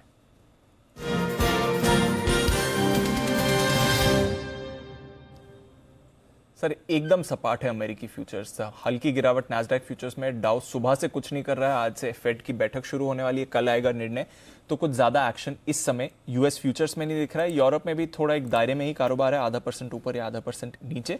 कच्चे तेल में थोड़ा एक्शन है, डॉलर भी एकदम स्टेबल है इस समय। नोटा का इस्तेमाल करेंगे दीप, क्योंकि देखिए निफ्टी है ना जो रेंज के बीचों बीच में बंद हो रहा है, 17,800 18,000 की रेंज में, 17,900 के आसपास, तो कोई खास ऐसा रुझान है नहीं। 17,800 के नज़दीक खरीदने का मामला है, 17,950 18,000 में बेचने का मामला है। बैंक निफ्टी मजबूत है लेकिन 40,000 के एकदम अहम लेवल के नज़दीक बंद हो रहा है, 39,900 40,000 के रेंज में। तो रिस्क रिवॉर्ड रेशियो लेने के लिए फेवरेबल नहीं है जी। और शॉर्ट करें, कल को ऊपर आ गया तो पहले ये भागेगा, तो बेटर है कल सुबह देखा जाएगा। जो पोजीशन आपकी है वो हेज करें। अगर आपकी लॉन्ग पोजीशन है निफ्टी में तो आप 17,800 का पुट ले लें, शॉर्ट पोजीशन है तो 18,000 का कॉल ले लें, आइदर थिंग कैरी फॉरवर्ड कर सकते हैं। हाँ, मतलब आपको इधर 18,000 17,800 के नीचे गए तो 200 पॉइंट की जगह खुलेगी, 150 से 200 पॉइंट। 18,000 के ऊपर निकले तो 150 से 200 पॉइंट की अपसाइड खुलेगी, ये आपके लिए। अदरवाइज ये 200 पॉइंट की रेंज है। बैंक निफ्टी का जहाँ तक सवाल है, नीचे की तरफ 39,500, ऊपर 40,000, 100 पॉइंट गिन लीजिए, 39,600, 40,100। इसके पार जिधर निकलेंगे 300-400 पॉइंट का मूव आएगा, तब तक कुछ भी नहीं।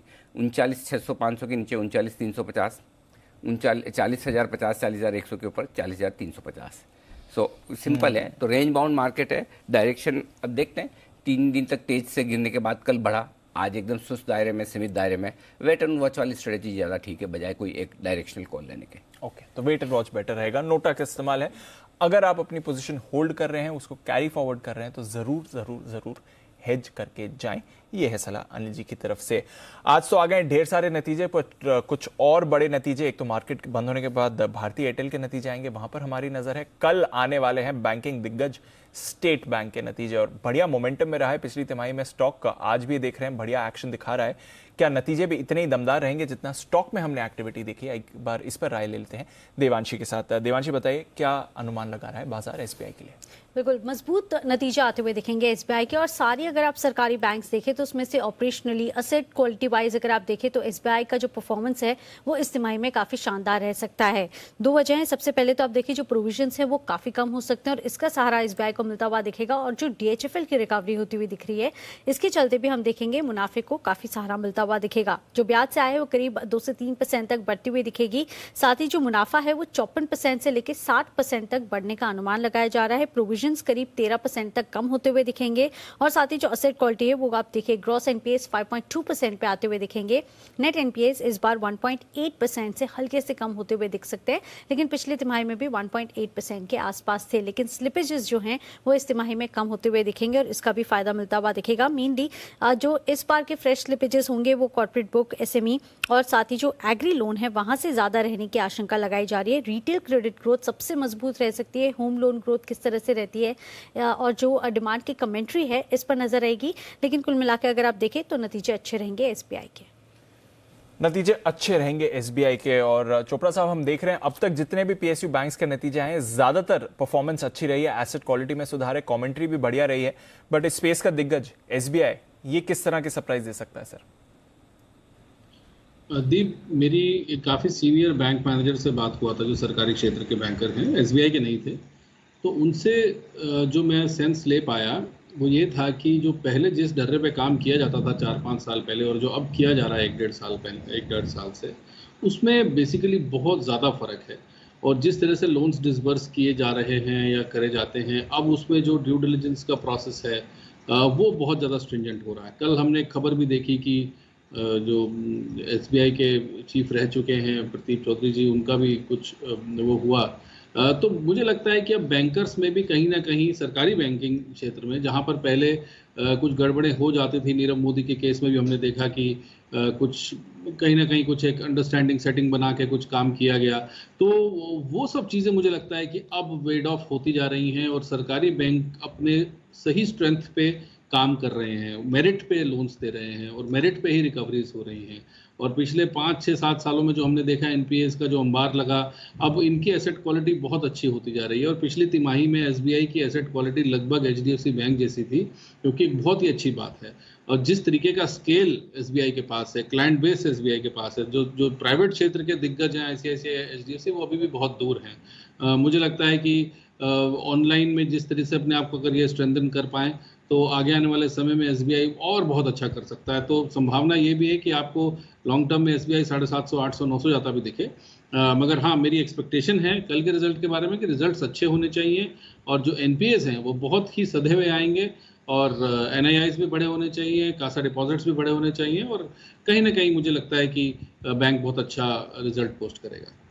बढ़िया परफॉर्मेंस का अनुमान लगाया जा रहा है एसबीआई की तरफ से, नजर रखेंगे इस पर। एक क्विक प्रीव्यू ले लेते हैं भारतीय एयरटेल का, क्योंकि बाजार बंद होने के बाद आएंगे इसके नतीजे। कुशल बताएं कैसे रहेंगे भारतीय के नतीजे? ओके, कुशल हमारे साथ नहीं है, बट एक बार चार्ट पर राय मैं जरूर लूंगा सुमित जी के साथ। सुमित जी बताएं भारतीय एयरटेल के चार्ट सर। दिवांशु, मुझे ऐसा लग रहा है कि स्टॉक का स्ट्रक्चर एक चेंज हो रहा है और एक अच्छी तेजी दिखाने को तैयार है। अगर कोई भी डिप आता है तो डिप्स में खरीदारी करें। 720-725 का लेवल जैसे ही भारतीय एयरटेल में टूटेगा तो स्टॉक ऊपर में 750 से 775 तक का मूव शॉर्ट टर्म में ही दिखाएगा। पोजिशनली स्टॉक 800 के ऊपर का लेवल दिखाने को तैयार है। डिप्स में खरीदारी करें, एक्जिस्टिंग पोजिशंस होल्ड करें।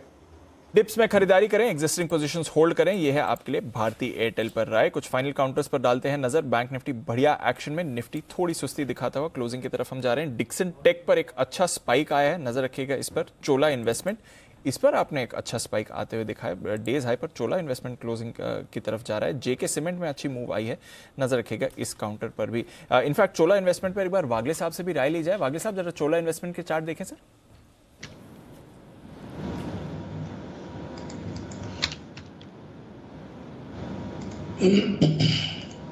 दीपांशु चोला फाइनेंस की बात कर रहे थे 614 की, राइट? चोला इन्वेस्ट जो वायदा कारोबार का है, एफएनओ वाला सर, चोला इन्वेस्टमेंट। हाँ दीपांशु, 620 के पार होते ही इसमें मोमेंटम आएगा। अभी 613 में फ्रेश एंट्री का सवाल नहीं है, क्योंकि 620 में ये अटक सकता है। 622-23 के पार अगर ट्रेड होने लगता है तो ये 650 तक वन में जा सकता है। ऑन द डाउन साइड 600 भी ब्रेक होते हुए मुझे नहीं लगता है। इन्वेस्टमेंट, एक क्विक कॉल जय की तरफ से, जय का जैकपॉट। जय बताएं। दीप, मुझे ऐसा लग रहा है कि देखिए अडानी एंटरप्राइज में जो हिसाब से एक बाउंस बैक आया है, इसको यूज करना चाहिए एज ए सेलिंग अपॉर्चुनिटी। यहाँ पे आप 1460 का पुट ऑप्शन खरीदे, 48.50 पर ये ट्रेड कर रहा है Deep. Risk reward point of view अच्छा है। नीचे में आपको स्टॉप लॉस लगाना होगा यहाँ पे 37 का, 48.50 पे खरीदे, 37 का स्टॉप लॉस होगा। फर्स्ट टारगेट जो दीप ऊपर में बनता है वो 62 रुपए का, एंड सेकंड टारगेट बनता है 71 का। सो 62 एंड 71, ये दो टारगेट के लिए खरीदे अडानी एंटरप्राइज का 1460 के स्ट्राइक का put option. Okay, Adani enterprises का पुट खरीद कर जाएं, ये है आपके लिए जय की तरफ से राय। थोड़ी कमजोर क्लोजिंग इंडेक्स लेवल पर अगर आप देखें, बाजार दिखाते हुए दिख रहा है। करीब 20 स्टॉक्स पॉजिटिव क्लोज हो रहे हैं निफ्टी पर, 30 स्टॉक्स नेगेटिव। मारुति सुबह से ही एक्टिव था, निफ्टी का टॉप गेनर। हालांकि ऊंचाई से ये भी थोड़ा फिसला है, बट फिर भी 2.5% ऊपर बंद हो रहा है, 7800 के करीब। धनतेरस का दिन है, टाइटन का स्टॉक एक्शन में 2450 के करीब। एनटीपीसी, एसबीआई कल नतीजों से पहले, LNT, Tata Consumer, Bajaj Finance, Bajaj Auto, Axis और एचडीएफसी, यहां पर आपने अच्छा एक्शन देखा है। थोड़ा सपोर्ट टीसीएस पर भी आते हुए। पर मेटल स्टॉक्स में थी आज सुस्ती, मुनाफा वसूली का दौर। टाटा स्टील 3.5% नीचे, जेएसडब्ल्यू स्टील, हिंडाल्को, यहां पर भी प्रेशर। साथ ही हमने देखा ग्रासिम पर दबाव। इंडसइंड कल की तेजी के बाद आज मुनाफा वसूली। रिलायंस इंडस्ट्री से कोई सपोर्ट नहीं आते हुए 1.25% नीचे, ये काउंटर था। Asian Paints, Tech Mahindra, Eicher, Cipla, MNM, UltraTech और आईसीआईसीआई बैंक में भी आपने सुस्ती बनती हुई देखी है। वायदा कारोबार, श्रीराम ट्रांसपोर्ट फाइनेंस और आरबीएल बैंक आज के दो बिग विनर्स। 10% से ज्यादा का एक्शन इन दोनों काउंटर्स पर आपने देखा। बंधन बैंक ज्यादा पीछे नहीं था, 7.5% ऊपर बंद हुआ। एबी फैशन में अच्छी खरीदारी। डीएलएफ 4.5% ऊपर। फेडरल बैंक, डिक्सन टेक्नोलॉजीज और चोला इन्वेस्टमेंट अभी अभी एक स्पाइक आते हुए दिखा। Canara, TVS Motors, AU Small Finance, MNM Finance, Bank of Baroda, यहां पर भी अच्छा एक्शन। आईडीएफसी फर्स्ट और पीरामल एंटरप्राइजेस, साथ ही कैनफिन होम्स सुबह से ही एक्टिव बनते हुए दिखे। पीआई इंडस्ट्रीज जो इंडस्विफ्ट के साथ इन्होंने करार रद्द किया है, उस पर हमने देखा 7.5% की गिरावट। Aarti Industries, GSPL, NMDC, JSPL, JSW Steel, SAIL, Infoedge, Voltas और टॉमटन की कंज्यूमर, यहां पर आपने सुस्ती बनती हुई देखी। तो थोड़ा कंसोलिडेशन का दिन था, जो अनिल जी सुबह बात कर भी रहे थे अपनी कमेंट्री में कि निफ्टी एक रेंज बाउंड एक्शन दिखा सकता है। बैंक निफ्टी में जरूर हमने थोड़ी चुस्ती देखी और इंडिविजुअल बैंक्स में अच्छा एक्शन रहा, बट 17,900 के जस्ट नीचे प्रोविजन क्लोजिंग आ रही है। हालांकि बैंक निफ्टी पर सर 39,900 के करीब का लेवल होल्ड, 17,900 के और 39,900 के आसपास क्लोजिंग आती हुई निफ्टी और बैंक निफ्टी के इंटरेस्टिंग लेवल पर बंद होते हुए दिख रहे हैं दोनों बाजार। एडजस्टेड क्लोजिंग का करेंगे इंतजार, तब तक आपको बता दें बाजार बंद होने के बाद क्या है खास आपके लिए। 2 साल की मायूसी के बाद इस बार का धनतेरस बाजार में धन बरसा रहा है। देश के कोने कोने में बाजार एकदम रोशन है। कोरोना काल के बाद पहली बार बाजार में इतना उत्साह और इतनी खरीदारी देखने को मिल रही है। मॉल से लेकर फुटपाथ तक बाजार सजे हुए हैं। सराफा बाजार के साथ इलेक्ट्रॉनिक गुड्स, ऑटोमोबाइल और बर्तनों की दुकानें ग्राहकों से काफ़ी भरी हुई हैं। आज शाम 4:56 पर हम हमारी खास पेशकश आपकी खबर आपका फायदा में धनतेरस की रौनक दिखाएंगे आपको देश के हर एक कोने से। जी हाँ, जी बिजनेस आपको बताएगा कैसा है देश का शॉपिंग मूड। और शाम 5 बजे देखना मत भूलिएगा धनतेरस पर धन दनादन। तो ये 2 हमारे शो हैं, आपकी खबर आपका फायदा, धनतेरस पर धन दनादन, ये है आज का विशेष शो। गोल्ड यानी कि सोना सदियों से भारतीयों की पहली पसंद रहा है और त्योहारों से लेकर उपहार तक सोना बढ़ चढ़ कर दिया जाता है। उपहार में कौन देता है उपहार किसको? ऐसे दोस्त चाहिए सर, ऐसे दोस्त मृत्युंजय होने चाहिए। आप तो लोगों को गिफ्ट में यही देते होंगे, कमोडिटीज, बुलियन हमेशा। हाँ बिल्कुल सर, लेकिन गिफ्ट की टिप्स मतलब गिफ्ट सोना नहीं, सोना खरीदने की हाँ, मुझे तो ऐसा लगा कि ये नहीं बोले कि वो मैं तो सर एग्री कमोडिटीज भी कवर करता हूँ, मैं तो ग्वार गम दूंगा, सोयाबीन या ग्वार गम तक, चलिए टिप तक ठीक है। तो त्योहार से लेकर उपहार तक सोना बढ़ चढ़ कर दिया जाता है और लिया भी जाता है। धनतेरस और दिवाली के इस खास मौके पर निवेश में सोने के महत्व के बारे में तो हम आपको बताएंगे, लेकिन पिछले 100 साल में गोल्ड के डेटा के आधार पर सोने की सटीक स्ट्रेटेजी बताएंगे निवेश की आपको शाम 6:26 पर। सोने सा निवेश, ये है इंटरेस्टिंग हमारा शो और हमारे साथ होंगे JRL मनी के को फाउंडर विजय मंत्री साहब, इनसे करेंगे हम मुलाकात। इस दिवाली आम आदमी ही नहीं बल्कि इकोनॉमी भी जश्न मना रही है और इकोनॉमी में शानदार रिकवरी देखने को मिल रही है। अब तक का दूसरा सबसे बड़ा जीएसटी कलेक्शन आया है, शानदार मैन्युफैक्चरिंग पीएमआई डेटा है और चिप संकट के बावजूद बेहतर ऑटो बिक्री के आंकड़े इकोनॉमी में रफ्तार बता रहे हैं। इंडिया 360 डिग्री में आज बात करेंगे इकोनॉमी कैसे कोरोना काल के असर से बाहर निकल रही है और उससे कैसे नई ग्रोथ स्टोरी आपको देखने को मिल रही है। देखना ना भूलें इंडिया का ग्रोथोत्सव, ग्रोथ का उत्सव, ये है आज की हमारी विशेष पेशकश इंडिया 360 डिग्री की कवर स्टोरी। और आज धनतेरस के मौके पर मामला क्या है, इसमें हम आपको बताएंगे सोने की सुनहरी दास्तान। सोना क्या है, कहाँ से आया है? अगर आपको लगता है कि आपको सोने के बारे में सब कुछ पता है तो इन सवालों का जवाब आप अपने आप को दें। सोना क्या है, कहाँ से आया है और हिंदुस्तानियों को सोने से इतना ज़्यादा प्यार क्यों है, और सोने के बारे में ऐसी कुछ और रोचक जानकारियाँ आपको दी जाएगी। सोना सदा से आया कहाँ से? बढ़िया शो है ना, बड़ा इंटरेस्टिंग है ना, आएगा। बहुत ही बढ़िया। तो ये आपके लिए विशेष शो है, इस पर हम आज करेंगे फोकस भी पूरी तरह से, ये आपके लिए। आइए, बाकी तो एक्शन भरपूर है। कल फिर से आप सबसे मुलाकात होगी। अच्छा भाई, दिल्ली में भी चोपड़ा साहब माहौल शॉपिंग वॉपिंग का, दुकानदारी का और बाजार में सब एकदम जबरदस्त है क्या?